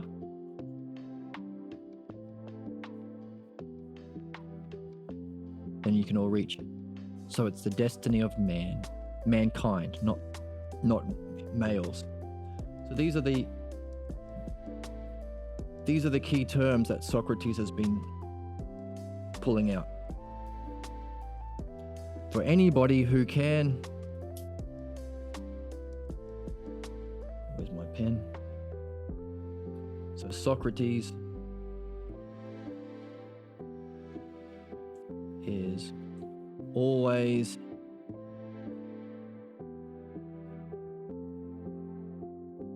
encouraging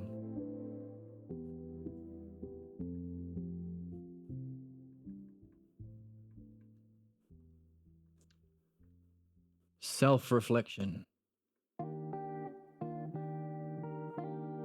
which is rare for most people. Very few people reflect on themselves. And the Greek word, which we have to learn because we're learning a new language, just like learning a sport, you have to know what a tackle is and what a scrum is. If you want to play rugby, you have to learn that language. If you want to play American football, you have to know what a fourth down is and what an onside kick is. And so our language is same thing with a video game. You have to know what a 360 no-scope sniper hit is. I don't know if that's a thing. Ousia, O-U-S-I-A. Ousia. The ability we have to reflect on ourselves. Of course, the nature of being is ousia. Its existence isn't by having physical space. That's why the word form is absurd. It's reflecting on itself, which means you can know yourself completely. That's nous. The cognitive function we have, some people call that enlightenment or oneness. We use the word nous, the cognitive function that has the ability to ousia. So it's mind. It's not physical. Can't put it in a test tube. But it's experiencing mind. And the act of experiencing it is ousia as well. So the object being seen is mind. The thing doing the seeing is mind. And the activity of seeing it is mind. It's mind minding mind. That's ousia. And we are engaged in self-reflection by reading this text as best we can without interpretation and applying it to ourselves, which means if he's saying the importance of, if he's showing us the importance of this dialectic, of using these words, of being stung, of the logos, then we better be doing it in our reading. So that's a kind of ousia. We're taking what we learned and we're turning it about upon itself to apply it to what we're learning. Which is, we talk about good filmmaking is that way as well. So like a Christopher Nolan movie or a movie like Fight Club, you'll realize, oh no, let's use Inception. That's a good one. You realize, hang on a second, the movie has a narrative. It's telling you all this thing about the rules of dreams, because Inception's about going into somebody's dreams. But what you have to do is, he gives you a twist. It might not be as it seems. So you take what you learned from the movie and you apply it back to the movie itself to figure out the deeper meaning. Good filmmakers are right in that way. And of course, the best is Socrates. So that's called ousia. We are reflecting on ourselves, demonstrating what we're defining,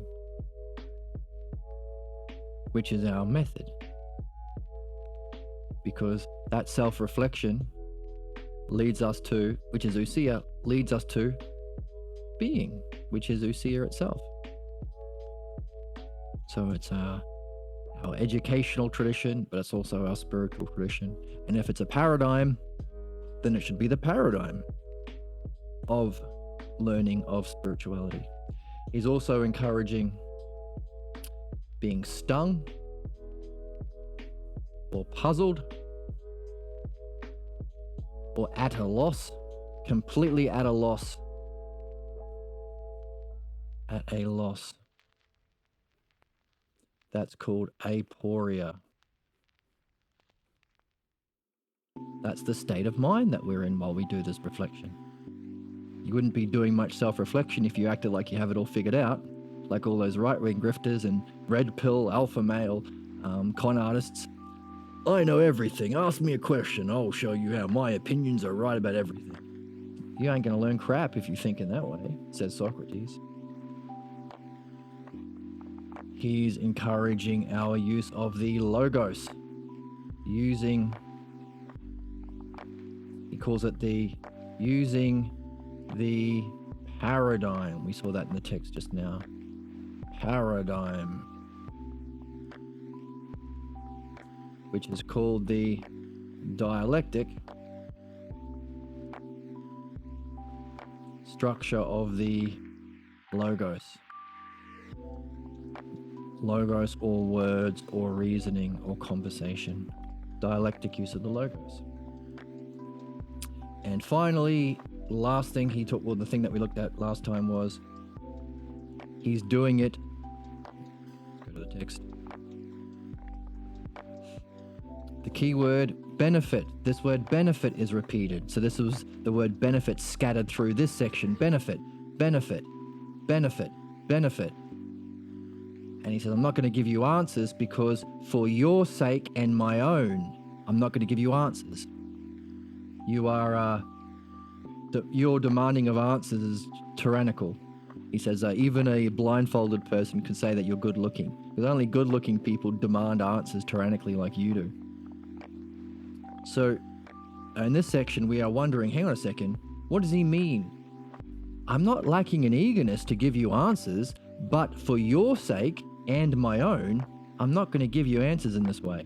But come along then, let's get back to following the logos and the dialectic, to talk about what virtue is as a whole, what being is as a whole. Again, keeping his mind focused on being, not the physical world, gold and silver and honors and harming your enemies and getting away with it like Meno is focused on, like most human beings are currently now, until we reawaken philosophy and discover the logos.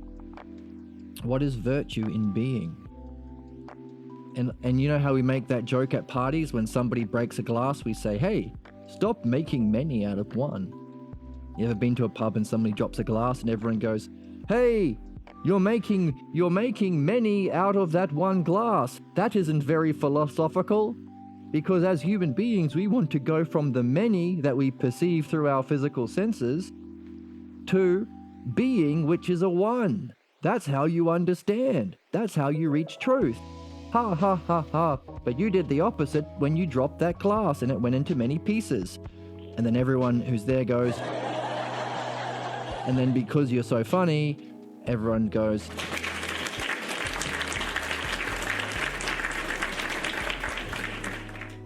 right? That joke always happens in pubs. Well, maybe it doesn't happen in pubs, maybe it doesn't happen in our world, but Socrates thinks it's funny. So if Socrates thinks it's funny, then I'm all for it. So how do we go from the many to the one? You follow the paradigm.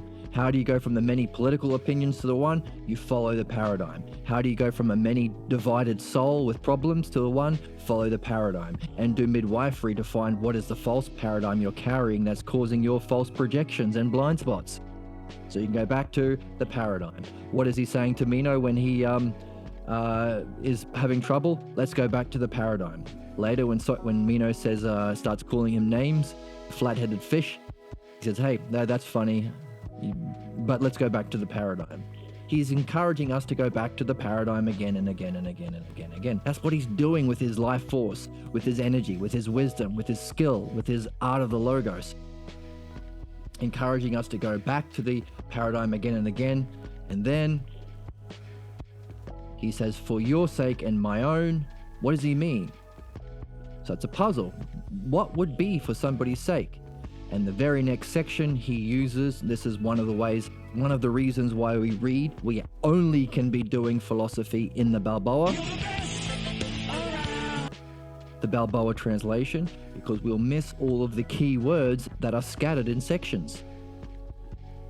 So that video game analogy, you go into a room when you're playing a video game, like I always think of like Silent Hill or Resident Evil or something like that. I like those games. And all of a sudden, there's a scattering of shotgun shells everywhere. You know there's a reason, there's a clue there. You're probably going to fight a boss and you need all this ammunition. And also, you probably realize, hang on a second, I should have found the shotgun by now. All these shotgun cells. Oh, and there's a save point as well. There's like I don't know, you're playing Dark Souls, there's a fire there. Or if you're playing Resident Evil, there's a typewriter there. There's a save point in all these shotgun cells. Number one, there's probably going to be a boss fight. Number two, I should have found the shotgun by now. So equally so, there's a scattering of the word benefit. We should have found the shotgun shell. Now, what's the equivalent in reading? Because all of these work, they appeal to human beings all over the world, universally, objectively, because there must be some paradigm that game makers are tapping into. Whether they know it or not, probably they don't know it. It's like trial and error, but we can know it. They call it throwing spaghetti on the wall. You just throw whatever. You make a million games and you see what sticks to the wall after you throw spaghetti on it. And you just, oh, that's a good spaghetti. It's sticking to the wall. Not a very good way of seeing if your spaghetti is ready. So what's the archetype? What's the paradigm that we are following? Well, the shotgun that we should have already found is a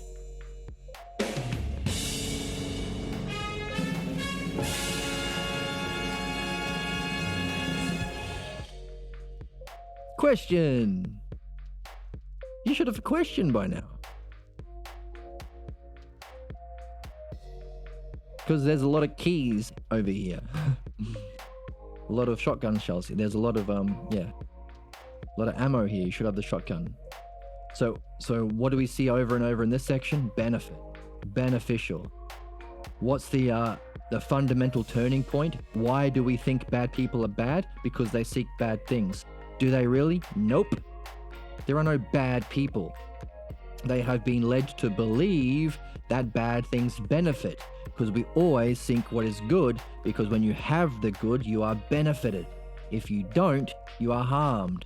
And if you are harmed, you become miserable and bad to people, bad daemon-like, mean-spirited. No one wants to be miserable and mean-spirited. We want what's benefit. Therefore, the human problems are caused by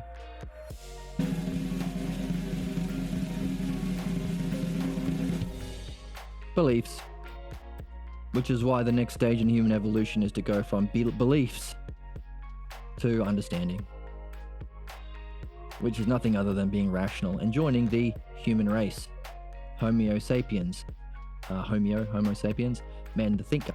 It's thinking. So, what's the cause of the problem? Believing bad things benefit. Bad things benefit. What is actually beneficial?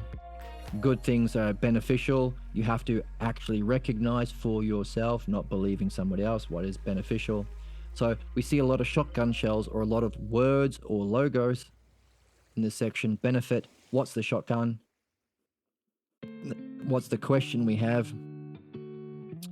For your sake and my own. What does that mean? Benefit. He's saying, I am going to stay in the conversation with you because it will benefit you. Benefit me first. We do what we do for ourselves. That's why we don't use the word selfless.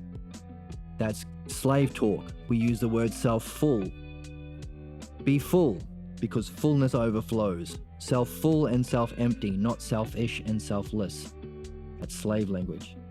That's oppression language. We want to be self-full. So for our own sake, the sake of your soul, you practice that which benefits. Always. Sometimes kick a kitten. Sometimes harm people. Nope. That's not virtue. That's not excellence. Always. What's that mean? Benefit. So what's Socrates saying that we should do, and he is doing himself?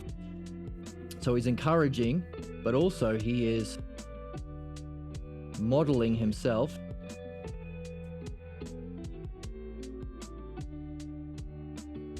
And the dialectic category of modeling is demonstration. Because the dialectic has 4 categories. Demonstration is one of them. So he's encouraging, he's modeling, and he's giving us clues for. So he's giving clues or conditions for our own understanding. And the word that he uses also is and recognition. Recognition, the opposite of belief, believing somebody else. Recognition. Let's make a bit of space. Socrates is always encouraging and modeling and demonstrating.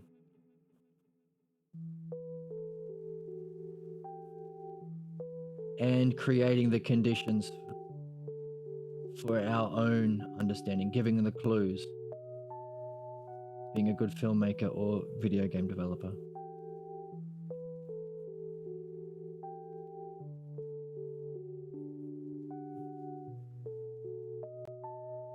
What's he doing? Encouraging, modeling, or demonstrating, or giving the clues and conditions for our own understanding. By the way, there is 3 categories here, which means if we've got 1, 2, 3, and there are 4 categories of the dialectic, you might want to wonder, what's the 4th thing? This is using the paradigm to not just give birth to insights and answers, but give birth to questions. Because there are 4 categories of the dialectic. One of them's demonstration. So that's a question for you to wonder about. So what is he doing? He's always encouraging, demonstrating, and giving us the clues or conditions for our own understanding and recognition of self-reflection, or ousia, in a state of mind of being puzzled or stung or aporia, using the language and the paradigm of the dialectic in order to,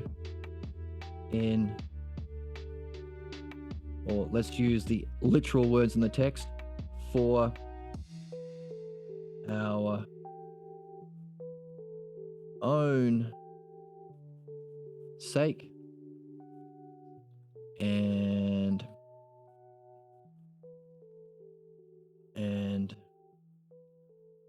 sake of the person we're talking with, others, and what's the key word? Benefit. So we can say self benefit, which is also self and other benefit. Benefit. I think it's spelled this way. If that's the case, have we seen enough to... So there are 4 things we've pulled out so far. Maybe there are more. But if there's 4, we can wonder, 1, how do these align with the 4 categories of the dialectic? That's your work.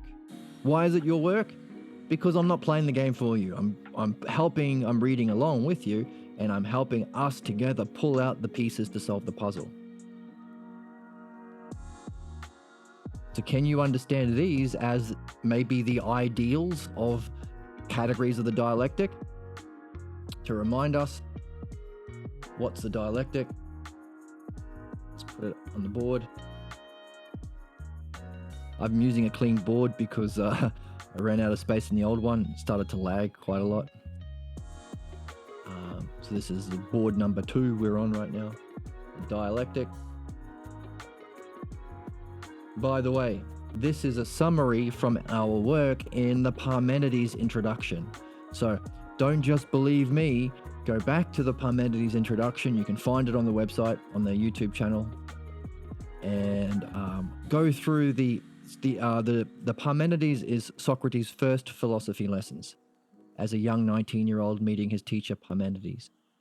And Parmenides does this as well. He gives you the pieces, the clues, to figure out the structure of the dialectic. So I'm just giving you our conclusions, but it's not going to mean as much to you if you're just believing me. Go back, have fun, figuring it out with us together. So find that on the YouTube site.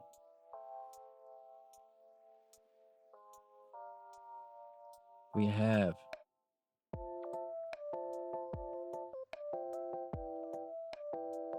self to self, or definition, the subject in relation to itself, that defined subject in relation. So this, now that you have this definition, it rolls on. There's our flow. How does that defined thing relate to others, or demonstration? And equally again, that thing that has been affected, has been functioned on, rolls over. How does that affect others, or division? And then finally, can you unify that together into a single other? Can you take this division and unify it together, come to a conclusion, and then relate that conclusion back to the original self? So there's use a different color. What color? Back to the start. So you come back to the original definition, you apply your conclusion to it, so you have a new definition you've learned. By the way, if you've got a new definition, you've got what you need to do another dialectic. It evolves up and up and up and up and up and up and up and up and up. That's called conclusion. And conclusion has two parts: synthesis, which is this synthesizing that other, and then analysis, then applying it back to self. Synthesis and analysis. That's the dialectic. Easy. Just two ideas, self and other. So it's one paradigm of understanding that unfolds into two ideas, self and other, that can be arranged in 4 ways. Oh, by the way, each of these categories you can say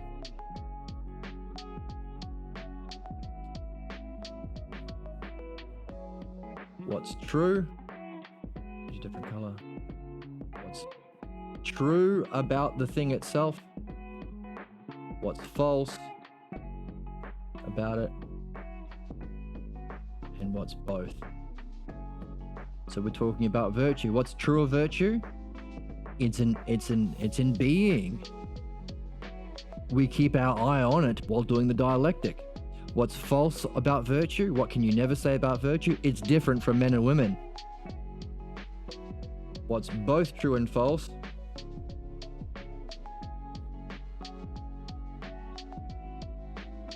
What can you say that's both true and false?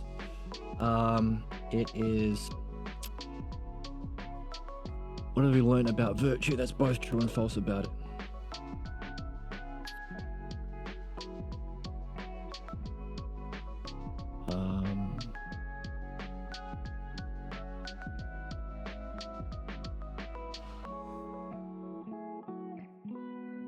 You could say justice.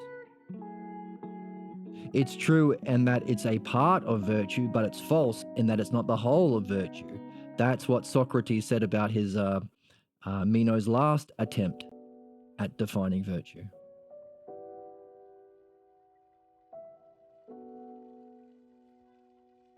Or what's true and false? It's being. It's true because it's in being, but it's false because it's the whole of being, maybe. Notice that last thing, we might have started, if we did a dialectic, and hopefully you have been, in episode 5 of the series, you might say what's true about virtue itself in relation to itself, or its definition is, it's, you might say it's in being. Of course it is. Well, otherwise we wouldn't be focusing on it. Otherwise it wouldn't be true for men and women and so on and so on. But now, 30 episodes in, on page whatever we're on, 15, 16, we might put that. So again, it's not about getting it right. It's about playing the game. You'll be able to do another dialectic, but you might put being in this category. Because in one way it's true, but we just saw Socrates help us understand for ourselves that justice and courage and holiness are all parts of virtue, and they're all real beings. So virtue might be the whole of being. So in one way it's true that virtue is a being, but one way it's false because it's actually the whole of being, unlike the other real beings. So that's why we do dialectics all the time. It keeps evolving. The more you read, the more you do.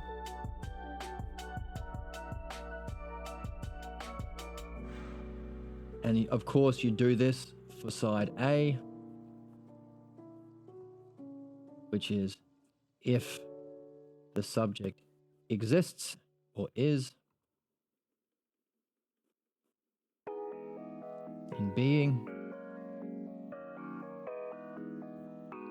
And you also do the same for side B. If the self or subject does not. exist. So we've got an interesting little pattern that's evolving of this paradigm that we have. We have one paradigm, as we've been talking about in chat. It's objective, it's a paradigm. It's not a matter of opinion. Paradigm that has two terms. Two terms and two categories. What would you say, categories? Two halves, two sections, A and B. So those two terms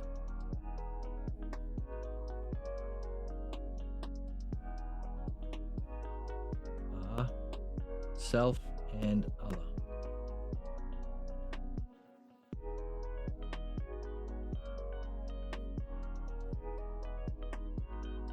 But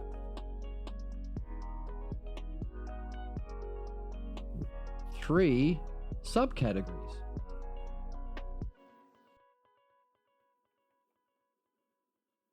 True, false, and both true and false.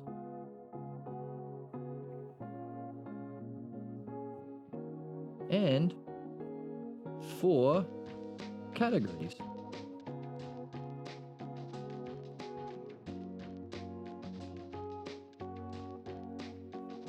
Definition, demonstration, division, and conclusion.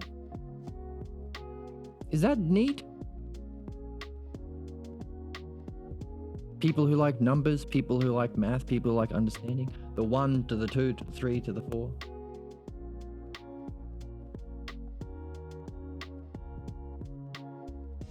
You can maybe keep going. So 8 total categories.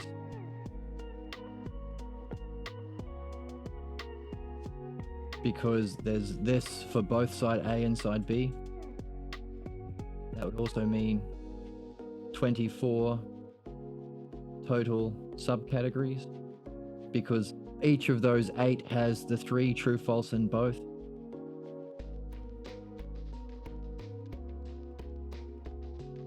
Is that neat? Sub categories. 1, 2, 3, 4, 8, 24. I think it's neat. I think it's neat because everything, the paradigm that we're learning is just one thing. So we can focus on doing one thing at all times, which is neat. And also what that virtue, the virtue of temperance, to be not scattered, not seeking money and fame and wealth and all these other things, but to have one single focus. What we call harmony, you being in harmony, having your soul in harmony. That's part of virtue in the Republic. So I like it. And I like it that the paradigm that we can use for everything just has 2 basic terms, self and other. It's like, it makes sense to me. If reality unfolds from one and it has to have a cause, the self, it has to revolve into 2 things. At least, that's the first division at least. There's self and other. There's you and something different, same and different, self and other. This is the most primary category of anything. Everything you see, you first distinguish self and other. Is that this a pen? Is it myself, or is it something other than me? It's other, because if I flick it, I don't get hurt. But I'm focused on me. How do I be better? How do I be happy? How do I find my destiny? How do I function in all those ways we mentioned that Socrates is encouraging us to do? And how do I recognize my pathologos, that which is other than the self and causes my problems? Self and other. Or same and different. These guitar strings are not the same as this pen. They're different.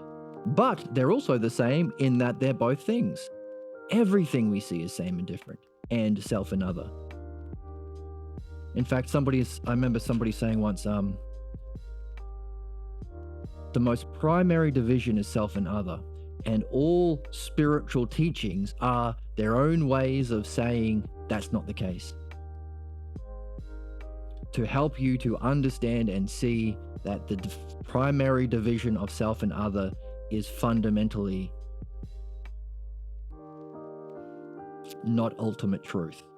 It's a kind of reflection into a lesser version of reality, needed to develop understanding, of course, but the cause of suffering is not yet realizing that primary division of self and others ain't.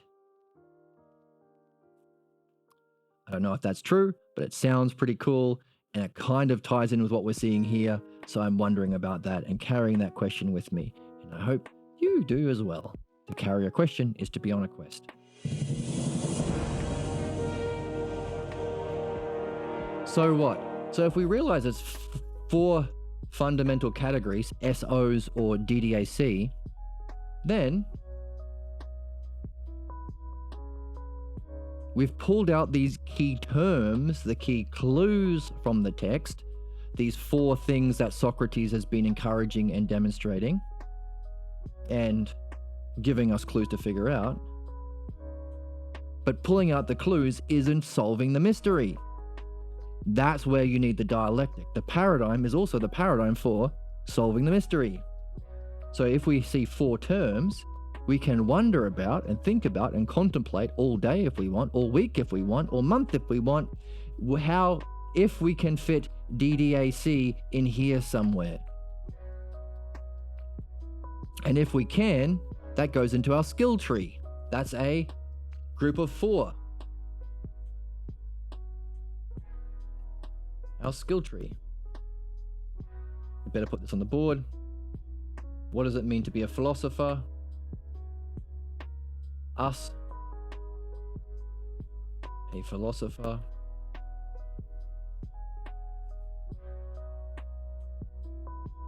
And we draw a picture of the wizard with the hat.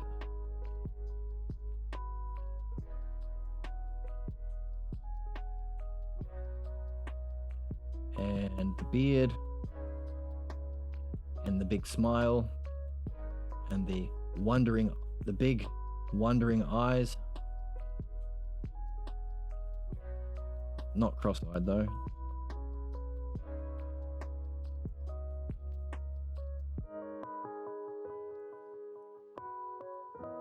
With our big wizard cape and our wizard staff, because in the Phaedo, Socrates says, many are the staff bearers, but true are the actual mystics, and those are the ones who do philosophy in the right way. So that's a funny quote. Many are the staff bearers, people who claim to be spiritual.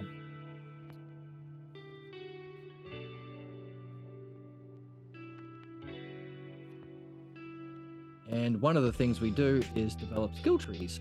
So we look for patterns and we put them in our skill tree, which are, skill tree is the word in gaming or role play games. Our skill trees. Look for groups of ones. Look for monads, we might say, ones. Monads or groups of ones. So every group of one you can put into a skill tree. You can have a group of twos. Look for pairs or duads or twos. Look for threes. We'll put duads. Like self and other. So we've seen self and other today. That can go on your skill tree. You've got a branch of that. Self and other. That's a pair. Duad or a two. Look for triads. We've got one at least. true, false, and both. That's a triad. So that's a branch on your skill tree. And as you find more threes, you can connect them. Hey, I wonder if this group of three shines light on that group of three. Or maybe I've got a group of two that looks very familiar to this group of three. Maybe there's a third term I haven't discovered. This is how you discover new things and gain new insights. You can rub these groups together. So that's a triad. And so on for fours and fives and so on. We'll keep fours. Fours is a big one. That's fours and fives at least. Might as well put fours and fives because those are two biggies, because those are the four categories of the dialectic.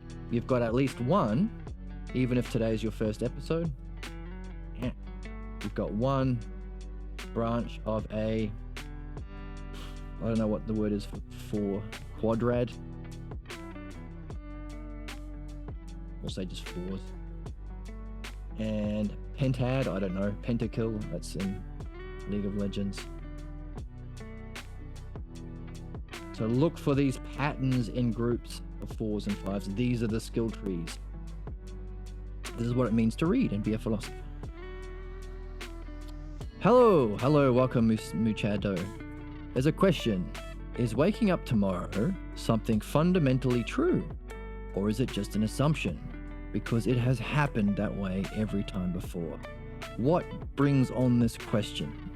What made you wonder about this question?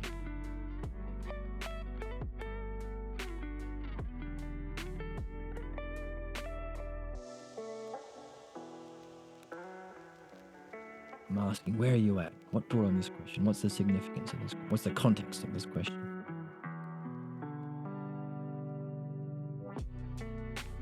Is it related to the logos? Is it a distraction from the logos?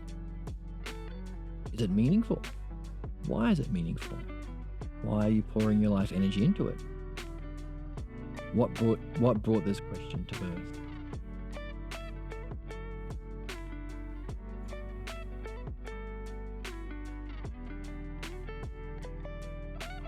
Okie smoky. So, Socrates is always encouraging self-reflection. I think it can be, let me just think. I think it can be. Of course, take as much time as you want to think. Why? Because thinking is self-reflection. And by the way, if you're thinking, whoops. Why is that stuck? I don't know why that's, there it is. Yes. By the way, as you think, you are reflecting. You are reflecting on yourself. Atsusia. Why did I think about this? Is this like one of those modern ideas of philosophy? Nonsense questions that just distract you from the logos? Mental bubblegum, not really nutritious or beneficial? Or is it something significant? Is it my wondering about what's true? Or how do we know what's true? Or what would happen if I were to die tomorrow? Have I lived a good life? What is my purpose? How do I make sure I'm living, if tomorrow isn't promised, how do I make sure I'm doing what's most important for my soul's reincarnation or my soul's death at all times? Is that a part of virtue? There are many things that you could be wondering about, but you are reflecting on yourself. That's what Socrates has been telling us over and over to do, encouraging us to do, modeling, giving us clues to figure out. Self-reflection. By the way, if you don't know and you're wondering, you're in a good state of mind. State of mind we call being stung or puzzled or aporia. That was the key part of the last section we just read. Meno is pretending maybe to be in aporia, but he's really angry. He likes to be certain. He likes to be the knower. Like 99% of people in our world today, they want to be a professional opinion haver. They want to have the podcast or the talk show or the life coaching seminar or be a spiritual counselor or a psychotherapist or just a life coach, which is nothing other than a philodoxia, lover of your own stupid, smelly opinions. It's very appealing because you can cosplay knowing. So when you've spent your life giving speeches in any of those fields, I know I'm casting a wide net because that's where society is right now, because we didn't listen to Socrates, but now we can because we have the Balboa. We can read the Greek. We're not going to be murdered for having a copy like we used to for most of the history of Socrates. We don't have to learn. We don't have to go through universities anymore because we have the internet. We can do this together. So we're not being gatekept by people and their ignorance. Because even the people who are professors, they might have PhDs, but you know what PhD stands for? Crap piled higher and deeper. We don't have to listen to their crap or believe them, or which is the opposite of philosophy, so thank goodness. So we can read it for ourselves, and we also have the internet so we can look up the Greek words when we want to. So we can be on a quest, our true quest. So we are at a very remarkable, curious time in history, a significant turning point. We can do this and reach our destiny, or we can turn away from the logos and be a slave to the pathologos of human beings, causing not only our own suffering and our poor death and our negative reincarnations, even if we're allowed to, because our life could be that bad, but also the destruction of humanity. Because we have the technology that our pathologos can play out to the extent of the extinction of our species, which, if we have a reason for humanity, if we have a purpose within a greater whole, a greater destiny, it might be worth saving our species. Now, at least it's worth doing it for your own sake. So, that's where we are. So I am casting a wide net of people who don't like to be at a loss. Even philosophy videos recommended by the algorithm are people who are modern philosophers who are trying to be certain while they debate some, I don't know, ignorant person or some religious person or some stupid person or some right-wing fascist person or whatever. And they try to own them in a debate, and then you get the thumbnails. Jordan Peterson destroyed by philosopher. Religious nutjob owned by philosopher. Ah, yuck. Gross. Everyone is playing knowing, and they're all in the realm of opinions. We want to be in a state of curiosity and aporia. What are we puzzled about? Because Socrates says, I am the most stung. I am the most puzzled. If you're blaming me because you can't talk and you say it's because you're stung, first of all, I don't believe you. I think you want to be in a professional opinion, however, you don't like that you can't make big speeches because you've just seen that your idea about what's good and virtuous is crap. But even if you are aporia and you're blaming me, that is true. So long as you realize I am most aporia. My state of mind of being puzzled is even more open-minded and curious. So Socrates is telling us it's important. This is self-virtue we've been reading, but also Socrates is in that state. So self-reflection, ousia, state of mind of stung or aporia, which is connected to virtue. That's a question we have. What is the connection between, that's our big question. You wrote it on the board last time, but we're on a new page, so let's write it up again. Big question.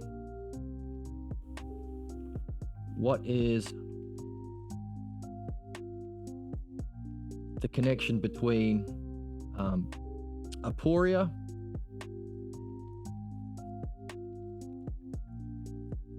or stung? What's the connection between that and virtue?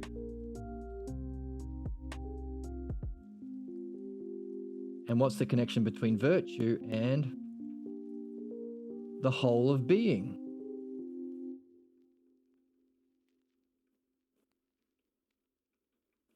And what's the connection between all of those things and the last question Socrates gave, the big question Socrates gave us recently?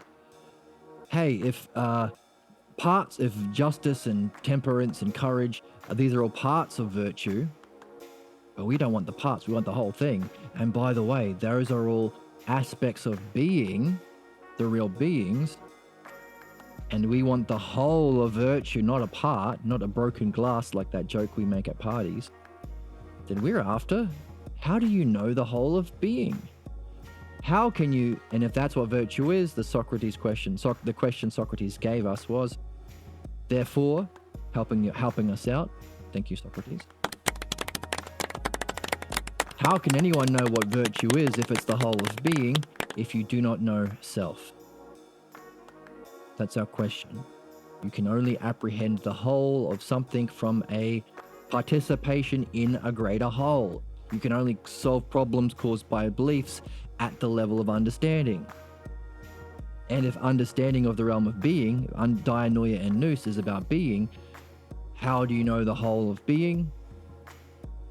You have to raise yourself to a greater level of whole, which is a kind of ousia. We talked about ousia being on yourself, ousia being reflecting on your cause, but also you can reflect downwards and grasp the lesser levels as a whole. Just like you as a third dimensional person can look in a mirror and you can see your two-dimensional reflection and you can see it, the whole thing.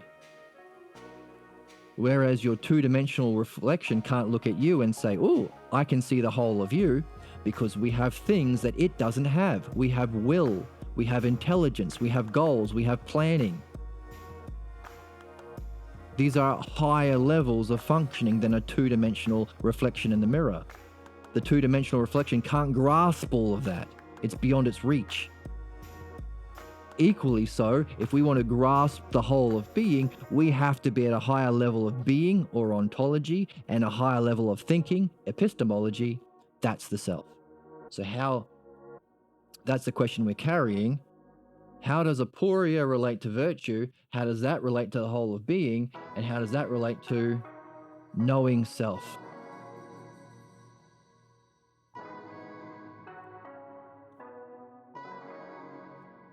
Knowing the self. Again, the word self is not translated in the past translations of Socrates. So literally you haven't been able to play the game until now, which is fascinating. So we owe many thanks to the great Juan Balboa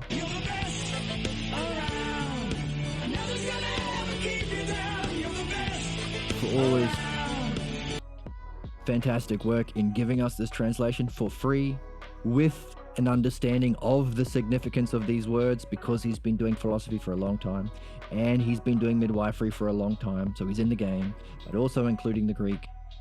So we are, all of us here on this channel, you are all exceptional and you're all rare birds and you are at a fantastic turning point in history and you're exactly what we need in the world. So stay in the game. When you feel like you are reaching a block, stay in the game. You feel like you should be doing something else, stay in the game. Stay in there. And use all of those moments where you try and block your progression in the logos, like Meno does. Smile like Socrates does and say, hey, that's a Meno moment. That's an opportunity for me to demonstrate the dialectic and relate to myself in a way that doesn't listen to Meno insulting me, telling me that you should know, or that you're stupid, or you can't follow the logos, or it's just the physical world, or it's just a matter of opinion, or everything is relative. All of these things Meno says to stop the conversation. Say, oh, I'm having a Meno moment, because we change, we're up and down, we're human beings. And use it as an opportunity to practice encouraging self-reflection. Oh, that's interesting. Let's reflect on that idea and see whether it's true, Meno. Or let's make a joke about it. You're so beautiful, Meno. That's why you're calling me a flathead stingray. You want me to talk about your appearance like you're talking about mine. That's only because you're really good looking. Oh, what a lovely joke that diffuses that situation and builds me up. But let's get back to the logos. Oh, by the way, let's wonder about that. So either diffuse that Meno moment or find something interesting about it. Hey, Meno, you said I'm a flat-headed stingray. Well, that might be true. Let's take the highest aspect. Maybe let's pretend you are stung. Well, you're only stung because I was stung first. So aporia, or being in a stung state of mind, puzzled state of mind, curious and open state of mind, is actually really great. Encourage yourself to get back into that. And when you do, hey, don't just listen to that inner critic, the kakadaemon that's harmful and not true. Engage in a dialectic. Well, let's see, why do you think that? You say there's no truth, but Socrates didn't say that. Why are you so sure? By the way, where are you getting your certainty from? Are you like Meno and you got it from your parents? Where do they get it from? Their parents? Their culture? Were they rich? Do they have a Gorgias teacher too, who just confirmed their dumb opinions? Why are you so smart, inner voice who is having a Meno moment? Let's do a dialectic. Or let's put it aside and get back to the dialectic. You have two choices. One's called midwifery, dialectic on the pathologos that blocks the logos.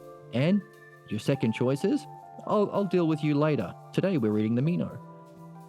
I'll take a note of that, the nature of that block, that Meno moment.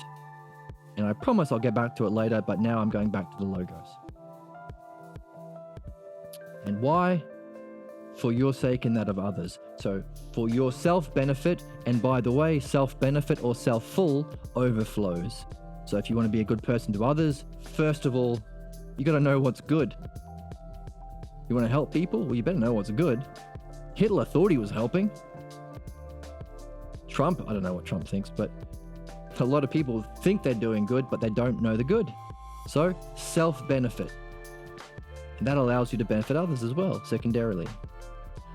Self-reflection in a state of aporia, using the dialectic to follow the logos for the sake of benefit.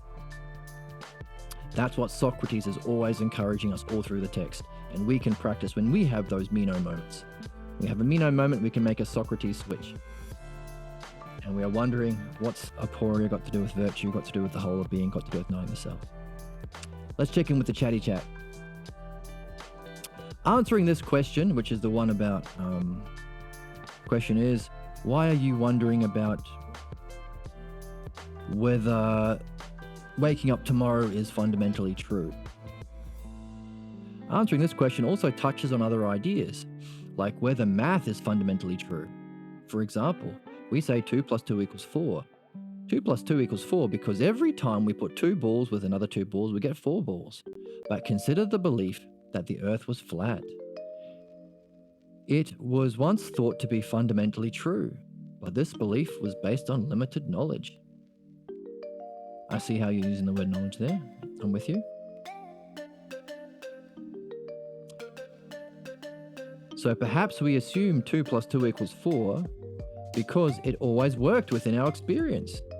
We're basing this on the knowledge we have.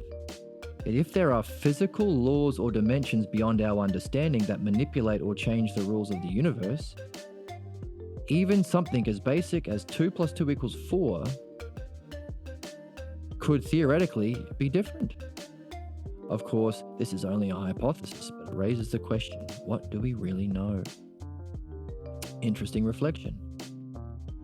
So what brought on this reflection? What was the, so what I'm trying to do is connect to you as a person. Is this just Chat GPT? I want to impress Jed on the channel, and I'm going to say Chat GPT, because we can do that now. I've had people do that. They use Chat GPT sometimes. But we're not interested in that. We're interested in you as a person. What made you think about this? And then you can take your ideas and categorize them. Do you think ChatGPT? No, I'm saying that I want to connect you as a person. It could have, I don't know. But in order to connect to you as a person, I have to wonder, I'm curious about what brought this up. What's the significance of this question? Is there something in your life that's really significant? Or is there something that's really challenging? Are you afraid of waking up tomorrow? Are you curious about what can be the realm of being? What is the realm of being? Is 2 + 2 = 4 always true? Like, or is the realm of being something like the earth is flat, a false belief? In other words, there's a lot of ways we can a lot of directions we can go. That's why we need to ask the first question, which is always the same question. Where are you at? Or where are you stuck? Where's your logos or where's the pathologos? Where are you at? What brought this on? Just float it into your mind. We'll let it float out again. Get back to the text. Unless you think it floated in for a reason. Has it captured your Why? Because things can float into your mind at every time. You're reading the text and all of a sudden, what should I have for lunch tomorrow? What's my high school girlfriend doing, I wonder? Maybe I'll find her on Facebook. There are lots of things. You have to judge whether or not it serves the logos or whether or not it's a distraction or tangent. Now, if you're curious about it for a reason, sure, it's not a tangent at all. It could be. You have to decide, is it a tangent? If it's not a tangent, what's the benefit or the significance?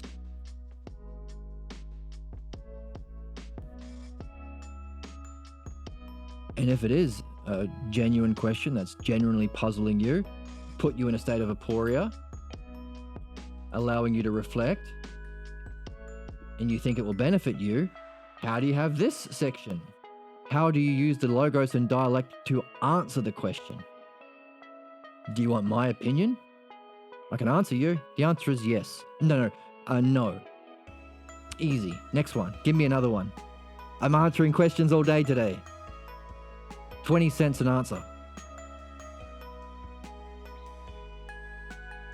Or maybe my answer means nothing to you at all, because we're not in a game of getting answers from other people. That's the level of beliefs. Maybe if it is something you're genuinely wondering about, and it is something that's encouraging you to reflect on the nature of yourself or your self-being or your self-knowing, like how can I know? What am I? What's my purpose here? Any of these questions about yourself. And if you think it would benefit and it's not a tangent, then how do you have this part? How do you do it? How do you use what you've understood of the dialectic and logo so far?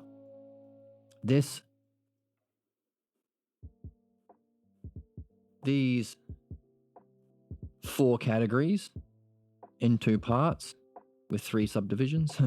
But these 4, definition, demonstration, division, and conclusion, how do you use that to answer your question? Because that's the game. That's what Socrates has been teaching us over and over again. That's the paradigm. That's the paradigm.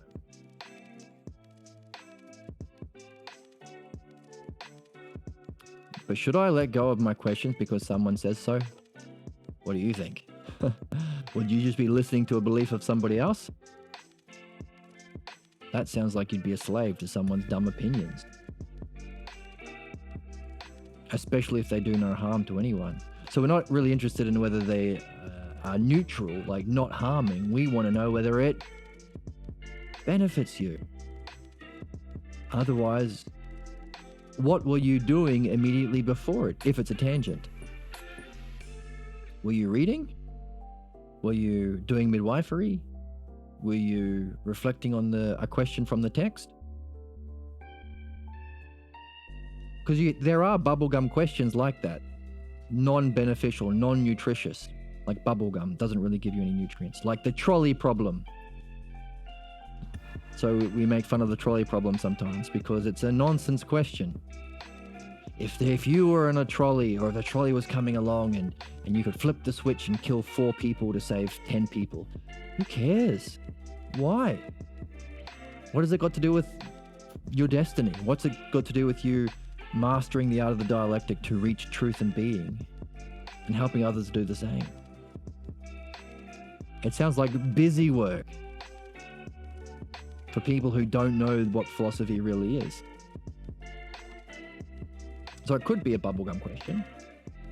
The key thing is to see how it ties into your wanting to know the self, how it ties in with your state of mind of curiosity, how it ties in with your benefit, and if it ticks all those boxes, how can you use the dialectic to answer it?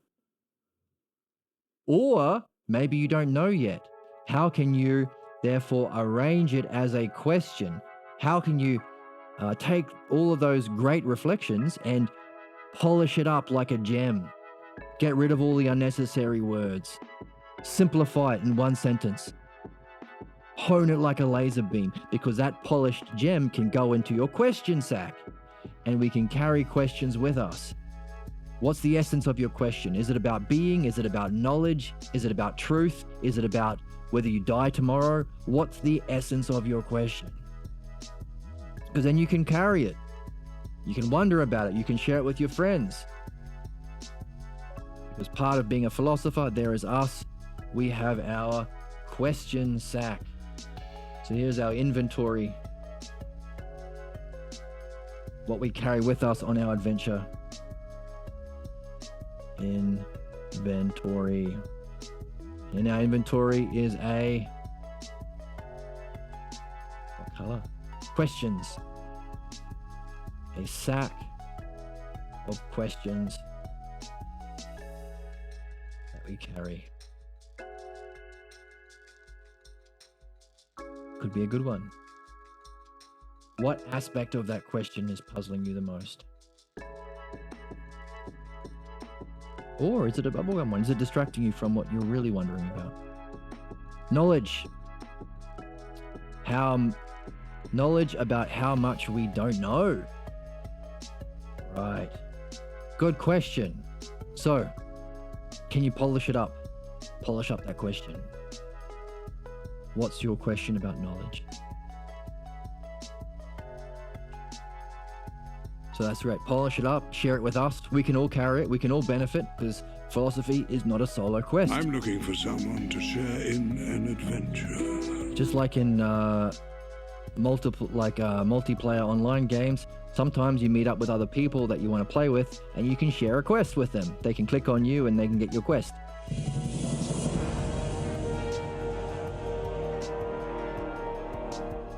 So as you polish that up, let's jump back into the text.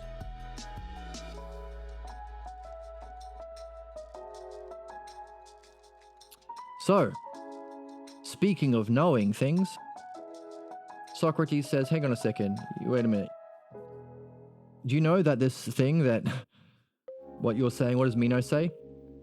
How can you search for something you don't know? Waste of time. That's heuristic logos.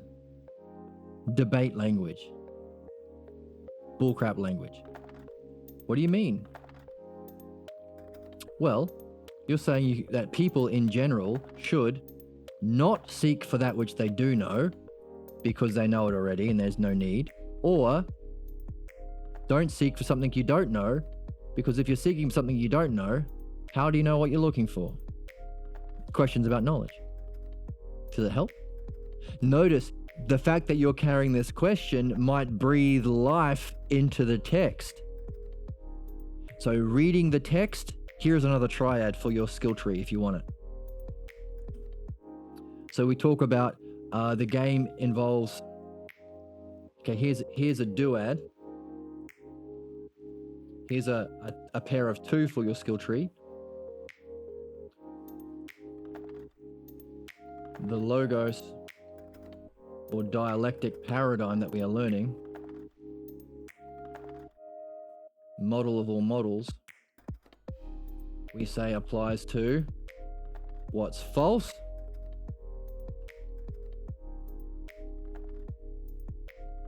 that's called the pathologos.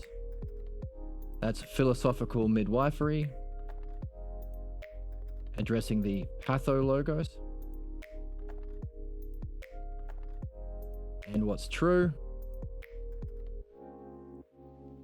that's philosophy and addresses the logos.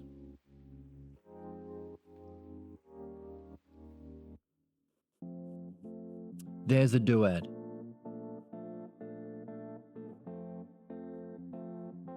Now you can link that with another duad we got from the Phaedo, which is Socrates saying what we are here to do, or our purpose is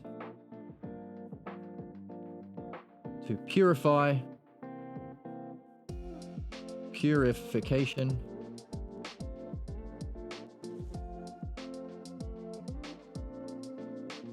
and perfection.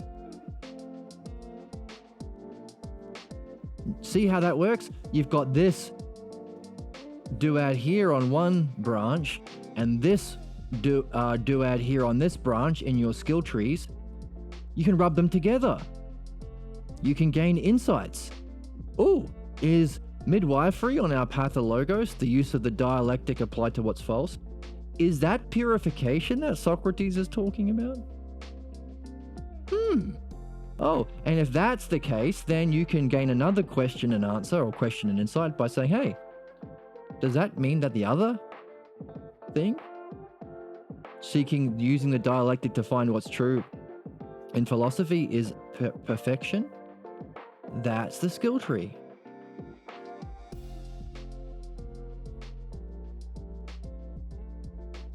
But we also said, hey, another use of the skill tree is if you've got a duad and you've got a triad over here and you can see a similarity,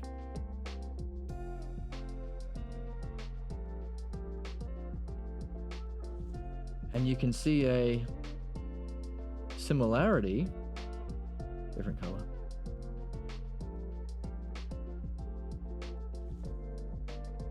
You can wonder, you can create a question.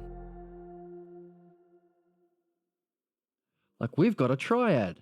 We've also got that subsection of the dialectic, whatever you say, whether it's definition, demonstration, division, or conclusion, you can say what's true, what's over here. Let's have a look.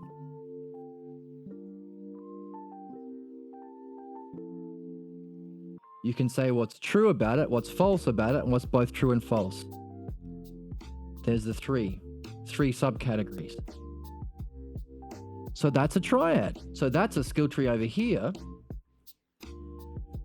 So we call it the dialectic subcategories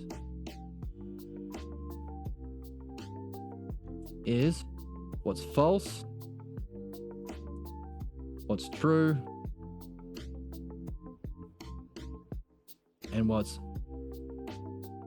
both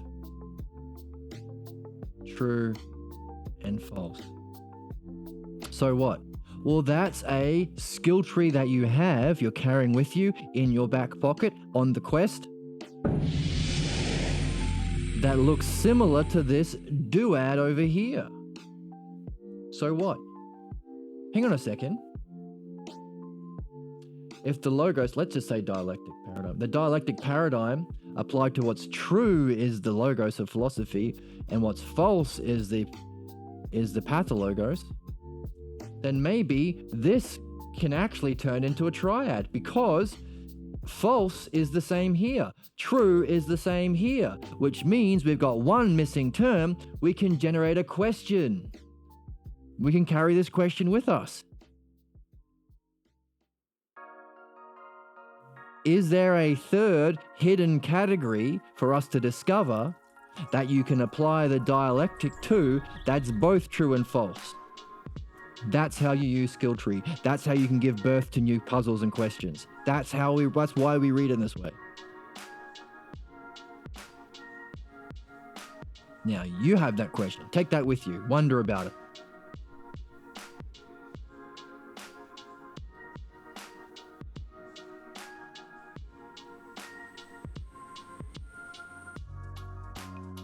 So why are we talking about both true and false and both true or false?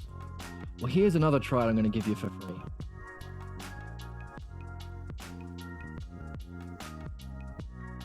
You can represent the process of philosophy or our being a human being and following this dialectic through what we've just been seeing, what's true and false in both, maybe, to reach the self,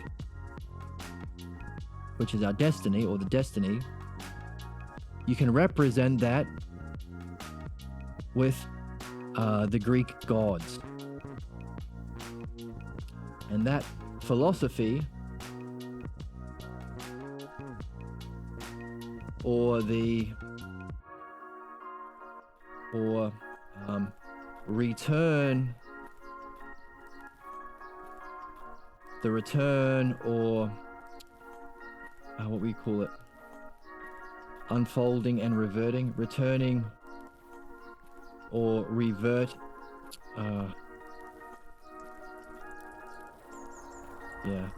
returning or reverting upon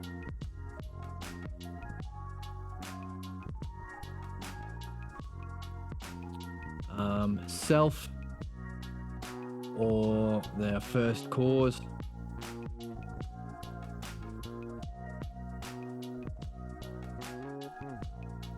You can call this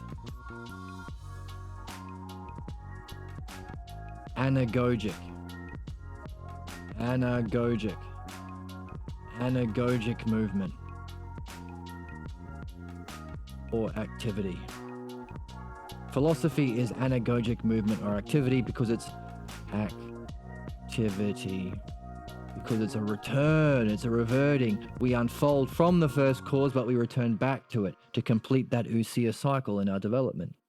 Now, in Greek mythology, notice not the Greek gods used by Bill the Idiot or by Paul, like the way Paul mistranslates the teachings of Jesus.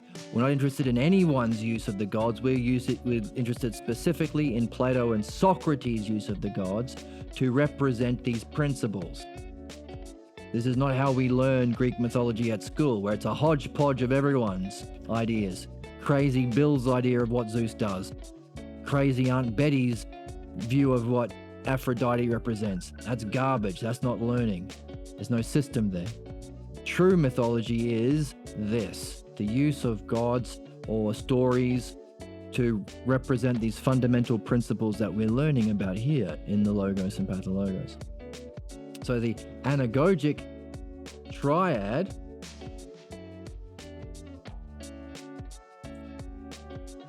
so this is another triad for your skill tree to take with you and put it in your skill tree and carry it along with you in your quest. Anagogic triad is represented as the first term is called Apollo, and we talked a lot about this on the series when we read the Phaedo, because Apollo was the god he talked about there, the god of philosophy. And the second term is Aphrodite.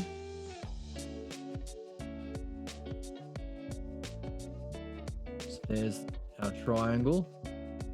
They're kind of on the same level, but it's kind of skewed, so Aphrodite's higher. Actually, let's put them on equal footing. No, okay, that's fine. And then you have the top god in that group of three is Hermes. So there's a triad. You can take that with you. What does that mean? Well, Apollo. So that's the mythological triad that you can rub against its meaning triad, which is Apollo is reading philosophy. Philosophy. But you're not really reading philosophy unless you have its partner, Aphrodite. Personal.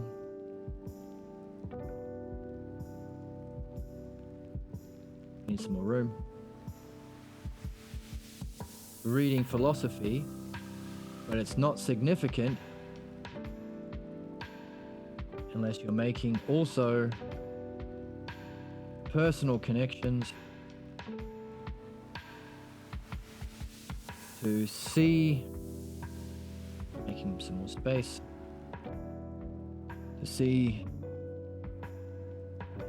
the parts, the terms that we're pulling out when we're reading, see the parts come together into beautiful wholes.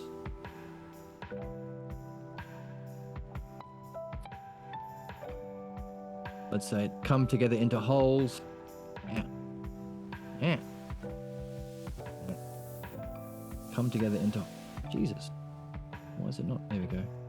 Come together into wholes. And that is therefore meaningful because it's personal and beautiful. So that's meaningful because you are doing it, it's significant to you. Meaningful and beautiful because seeing the parts come together as a whole is beautiful. Beautiful. And all of that is inspiring. It takes what would be a normal dead academic activity of just reading and makes it inspiring, makes it motivating. That's Aphrodite. And if you're doing both, and you stay in the game, as we talk about, for as long as you can, and then stay in the game even further, all the way to reach your destiny, those two things come together to reach the top, the apex, the hyparxis, the ultimate term of the anagogic triad, the ultimate term of the anagogic or upward movement to reach the self, to reach our first cause, to reach our destiny. That term Hermes represents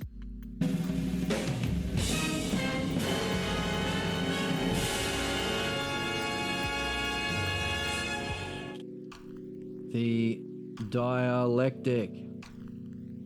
Yay! Wow. Wow. Wow. Wow. What? Wow. Hooray! So to get the dialectic, which is the ultimate term that unifies the whole, it's the ruling term which leads us up to our destiny and purpose and the first cause and the self, you have to be reading, like we're doing, a new kind of reading without interpretation, to read what's there, look for the key terms, pull them out. But also you have to be taking those key terms and arranging them together into connections that are personally meaningful, personally significant. It brings it to life. You need both Apollo and Aphrodite. Otherwise you won't go all the way to reach a mastery of the dialectic, which is our purpose, which is the self-exercise of philosophy. So there's two triads to add to your skill tree. And why am I talking about that now? Because our friend Mustachio has asked a question about knowledge. That's personally meaningful to you.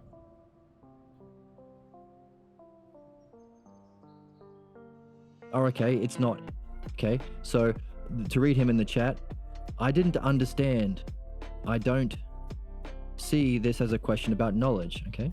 It's simply come to the realization that we shouldn't be chained to the doctrines of knowledge we currently have.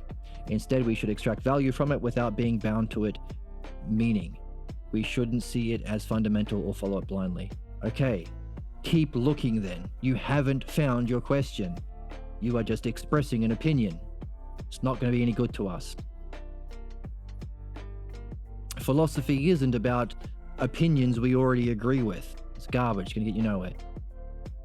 Look for a puzzle in that. What are you curious about? What are you seeking? Hey, maybe you're right, but then push it further. Don't be chained to doctrines of knowledge. Okay, well then what's the question? What's the true doctrine of knowledge? Because that's philosophy. We're after nous.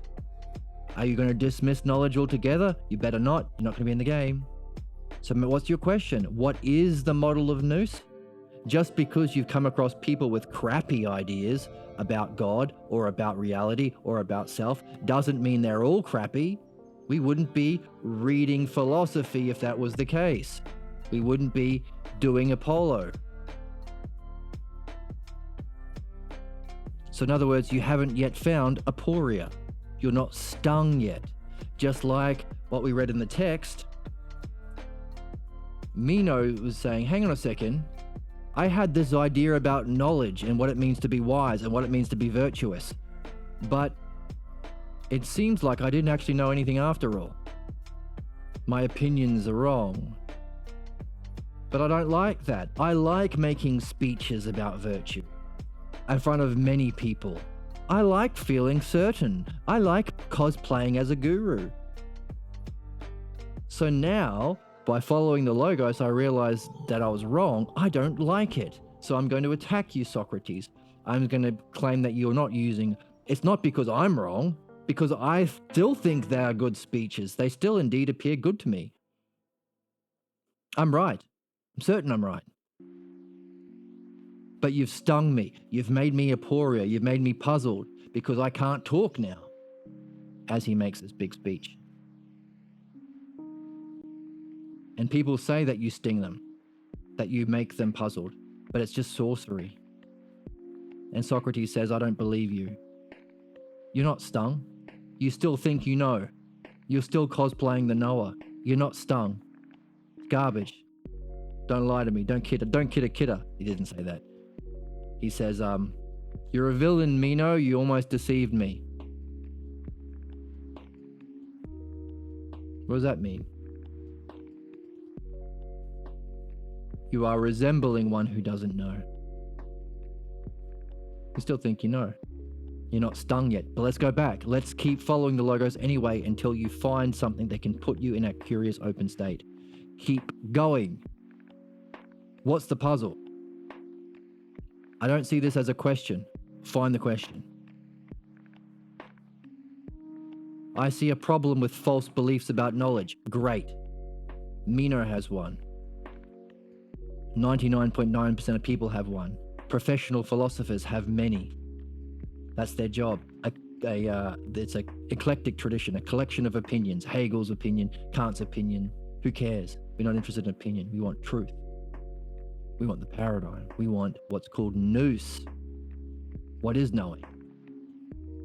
You're not going to get that. You're not going to get that unless you have a question. Why? Because if you have a question about knowledge, you'll find as you get back into reading or Apollo, you will start to make personal connections relative to the question that you're carrying. Like in a video game, for example. You're walking down a hallway and you notice a red door with a big demonic symbol on it, and you know, oh, there's something great in there, but it's locked. So you are carrying a question as you play the rest of the game. Hang on a second, I'm keeping an eye open for a big red key with a devil on it because I want to unlock that door. If you don't, you'll come past a key, and what's that key for? I don't know. I'm not carrying it in my inventory. I don't have room. I'm carrying the rocket launcher so I can defeat the enemy. That's the significance of a question. It awakens Aphrodite. And if you're not doing both, reading the text the way we are, while generating questions, not certainty, like Meno, then if you are doing both, you can reach Hermes, the dialectic, which is the activity for anagogic movement, to revert upon ourself, our cause, our first cause, the self, or the other word we call it that destiny. Our highest, most significant goal, our purpose here as human beings. So, let's pretend you have a question. I'll give you time to think about what you're actually puzzled about. Yes, I agree, people have bad opinions about knowledge, that's true. So what? Find a question about what it is. Because in the text, the next thing we're reading is, how do we know? How do we seek for something we don't know? We either know it already and it's not worth seeking, it's not worth going on this Apollo, Aphrodite, Hermes quest, because we already know it, and I'm so certain. Or, if you don't know it, how do you know when you're going to get it? How do you know what to look for if you don't know it? That's garbage talk. That's heuristic logos, says Socrates to Meno. Meno says, why? Can you tell me? I can indeed. I have heard from both wise men and wise women about divine realities. What? What logos do they speak of? The truth, at least as it appears to me, and beauty. Ooh, what does that mean? If Socrates is able to judge that these men are speaking of divine realities, and it's the truth, what does that say about knowledge? Does Socrates know something? He says he doesn't know virtue, but he knows truth. What does that mean?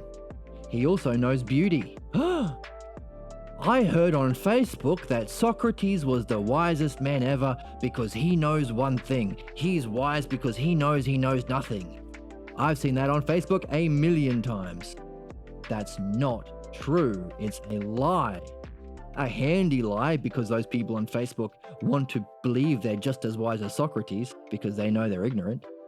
Garbage. Here is something that he's saying he knows. Or maybe appearance. It appears that they know truth. He's judging truth. So there's two things maybe he knows. Truth and beauty. So what? Create a question. He said he doesn't know virtue. So is virtue different than truth and beauty? How can it be the case? By the way, what he is referring to as truth is divine realities, beings, aspects of the realm of being. Of course, people have bad opinions or doctrines about knowledge, because knowledge isn't about opinion. It's not in the physical world. It can't be opined. Opinion is about physical senses. Truth isn't. Truth is about being, and being has aspects, or eidos, not forms, eidos. We can call them the divine realities. He has already said that the aspects of virtue are the real beings. Justice, sound-mindedness, piousness. These exist objectively and for always. Tying back to your question in the chat, is 2 + 2 = 4 always true? I don't know, but justice is, temperance is. All of these parts of virtue are objective and always true. Which means what? It's not a matter of opinion or belief, because that's the realm of the physical, where Meno is. Why he's quoting opinions he likes to talk about virtue. And Socrates is saying, no, look at being. That's what we keep our eye fixed on when we do dialectic. Philosophy isn't the way it's taught at school. Opinions, Kant's opinions, Hegel's opinions, and so on. Have you read Brand at all? Have you read Nagel? What about Scanlon? Have you read Scanlon or Scruton or Edmund Burke? Have you read C.S. Lewis? Have you read The Lion, the Witch, and the Wardrobe? Have you read Immanuel Kant? So you know Flicht. What has this got to do with Bob's Burgers? Do you practice self-love in a Kantian sense? Do you masturbate to Kant? Have you seen Infinity Wars? Have you even seen Age of Ultron? All right, that's a funny skit parodying what we teach as philosophy nowadays. A whole bunch of people's opinions. Who cares? You know who cares? People like Meno and his teacher Gorgias. The heuristic and antagonistic use of language to seem smart. Not aporia. Aporia, being stung, is being at a loss, or aporia is self-virtue. They are not virtuous people. Being certain doesn't make you virtuous. Makes you a grifter, usually, in our society. So what? Also, these real beings are parts of virtue. And now he's saying, hey, you know what are also beings? Parts of virtue, parts of being? Truth, beauty. So we can add truth and beauty along with those other things mentioned, courage, temperance, as aspects of being, divine realities, plural.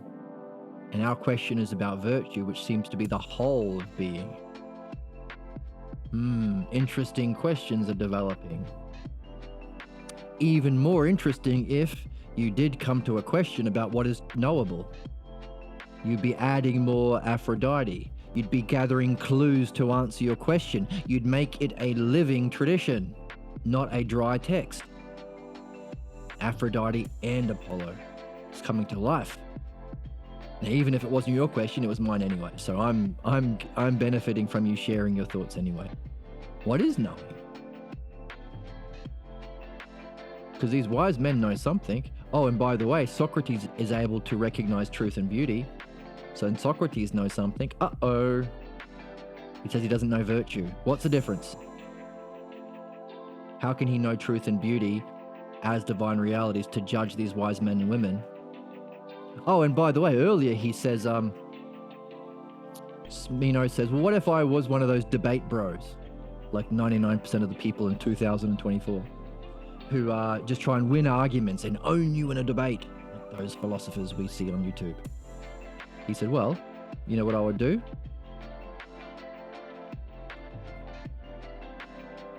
How would you answer them if they tried to claim that they didn't know what color was, so they're going to dismiss your definition of shape? Well, I would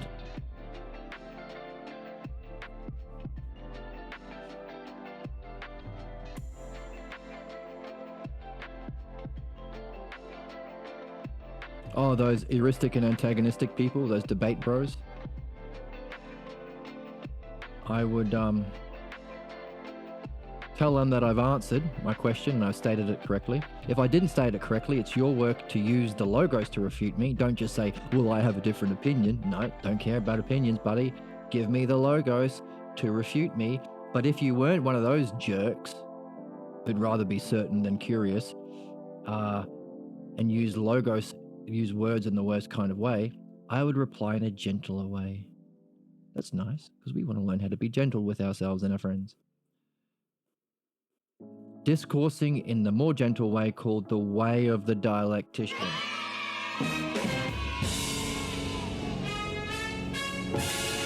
Wow. What? Wow. That's what we've been looking for, right? That's Hermes. That's the ideal that will bring us to our purpose, to the self, reversion, destiny, that we need both Apollo and Aphrodite to reach. Okay, so what would I do? I would answer the truth. So he does know what truth is, probably. That's the hypothesis we're carrying. So we have question sacks, but we also carry hypothesis sacks. Why is it a hypothesis? Because we don't know. Maybe we can't know that. Maybe we will know later. It seems to make sense. It seems to fit what we've read so far, but maybe we'll read something more later. But it seems to be all right. So we'll put it in our inventory along with our question sack. We will have a hypothesis sack. Hypothesis is an if. If this is the case, it's our hypothesis sack. So we'll put ifs or hypotheses.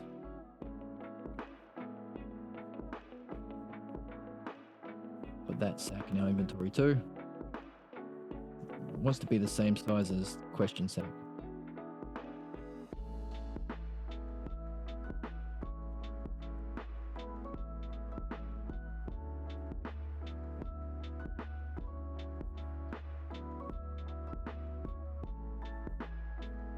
Let's move them over a little bit so they fit in our inventory. Speaking of Resident Evil, let's do some inventory management. Over a little bit.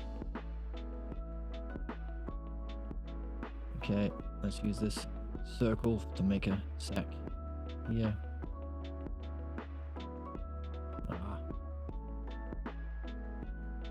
Yeah, do it more oval like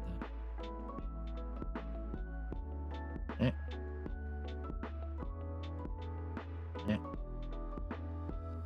Alright. Taking a bit of time to do some art here. Look how beautiful our art is.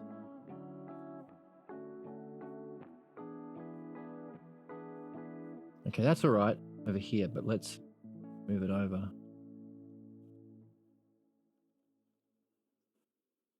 So our question sack is just as big as our inventory sack, our hypothesis sack. There we go. There we go.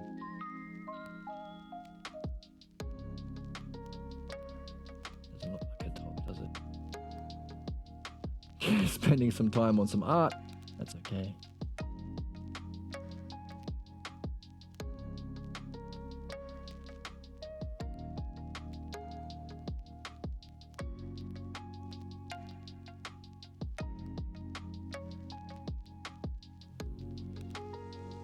There we go.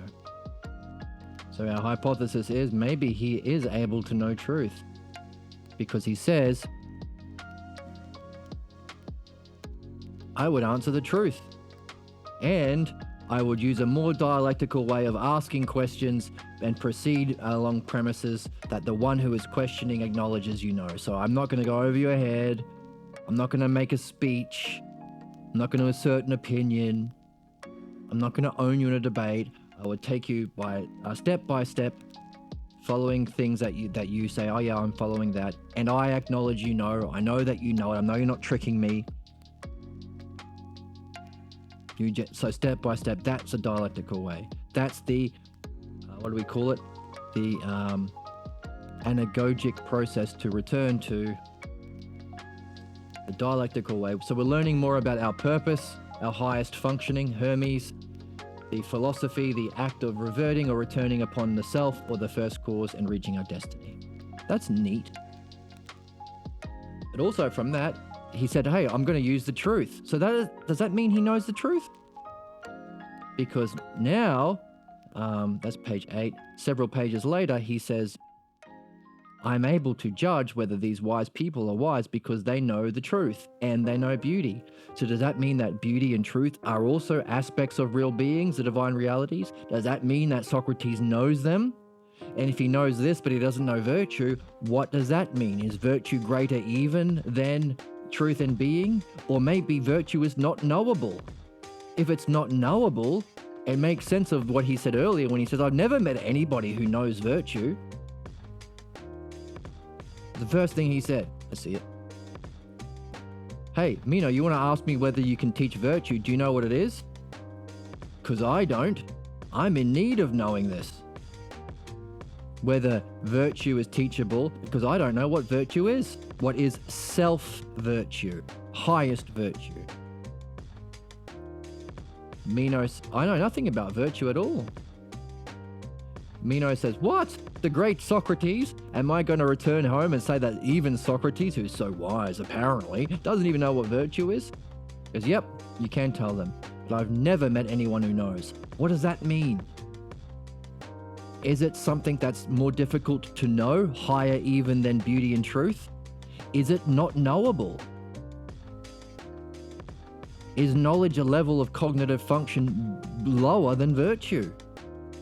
Or maybe virtue is lower. No, it can't be. See, virtue can't be lower than beings because he said that the parts of virtue, like justice and temperance, are real beings. So in the category of with truth, beauty, courage, temperance, to be like the gods, piousness, they're all parts. The whole of beauty, maybe it's more difficult to know. Maybe there's a higher cognitive function beyond even knowing. I don't know, but we've got a good question because he says, oh yeah, truth and beauty. Second time he says he knows truth or can recognize truth. Maybe he slipped up. Doubt it. What? What was this? Says Meno. You met wise men and women? Ah, so sexism is right out the window. Sorry, right-wingers, or Christians, or Muslims, or any religion that thinks that men are superior than women. Sorry, not the case. But I was so certain. There's your problem. Replace certainty with aporia. Have a question. How else are you going to learn? Yeah, I've met a lot of racists who are certain. Racists against you. Are they right? No, but they're so certain. But they're so certain. Isn't that a mark of knowing? Nope. But my holy book? Nope. You want belief? It's not knowing. It's not even understanding. Different game. Evolution to become mature and rational, the next stage of human development, what we need for our souls. Interesting, isn't it? And of course, if you ever hear something that seems to be about your personal beliefs or your personal upbringing or your personal religion or your personal culture or your personal sexism, racism, I don't mean that. I mean all the other ones different. So don't take it personally. Of course, your ones are the right ones, but everyone else's, of course, are different. Just so you know, anyone watching in the future. So, the truth and beauty. What? Wise men and women speak of divine realities that are truth and beauty. What, beauty? You can speak about beauty as a divine reality? I thought beauty was in the eye of the beholder. And truth? I thought everything was a matter of opinion. What are you talking about, Socrates? You're off your rocker. What was this, Socrates? Better question. See, I was certain. Didn't help me. Luckily, Meno was there with a question. Phew! Questions will save us. What was this, and who were the speakers? Who were these speakers? What do they say that was true and beautiful? On that cliffhanger.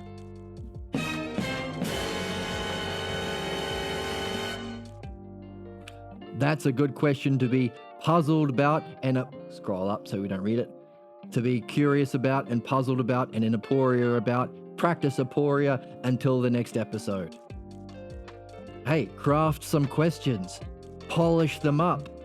And if you are certain you're not at the heart of your question yet, keep going. Push the implications till you find something you're not certain about, you can be curious about.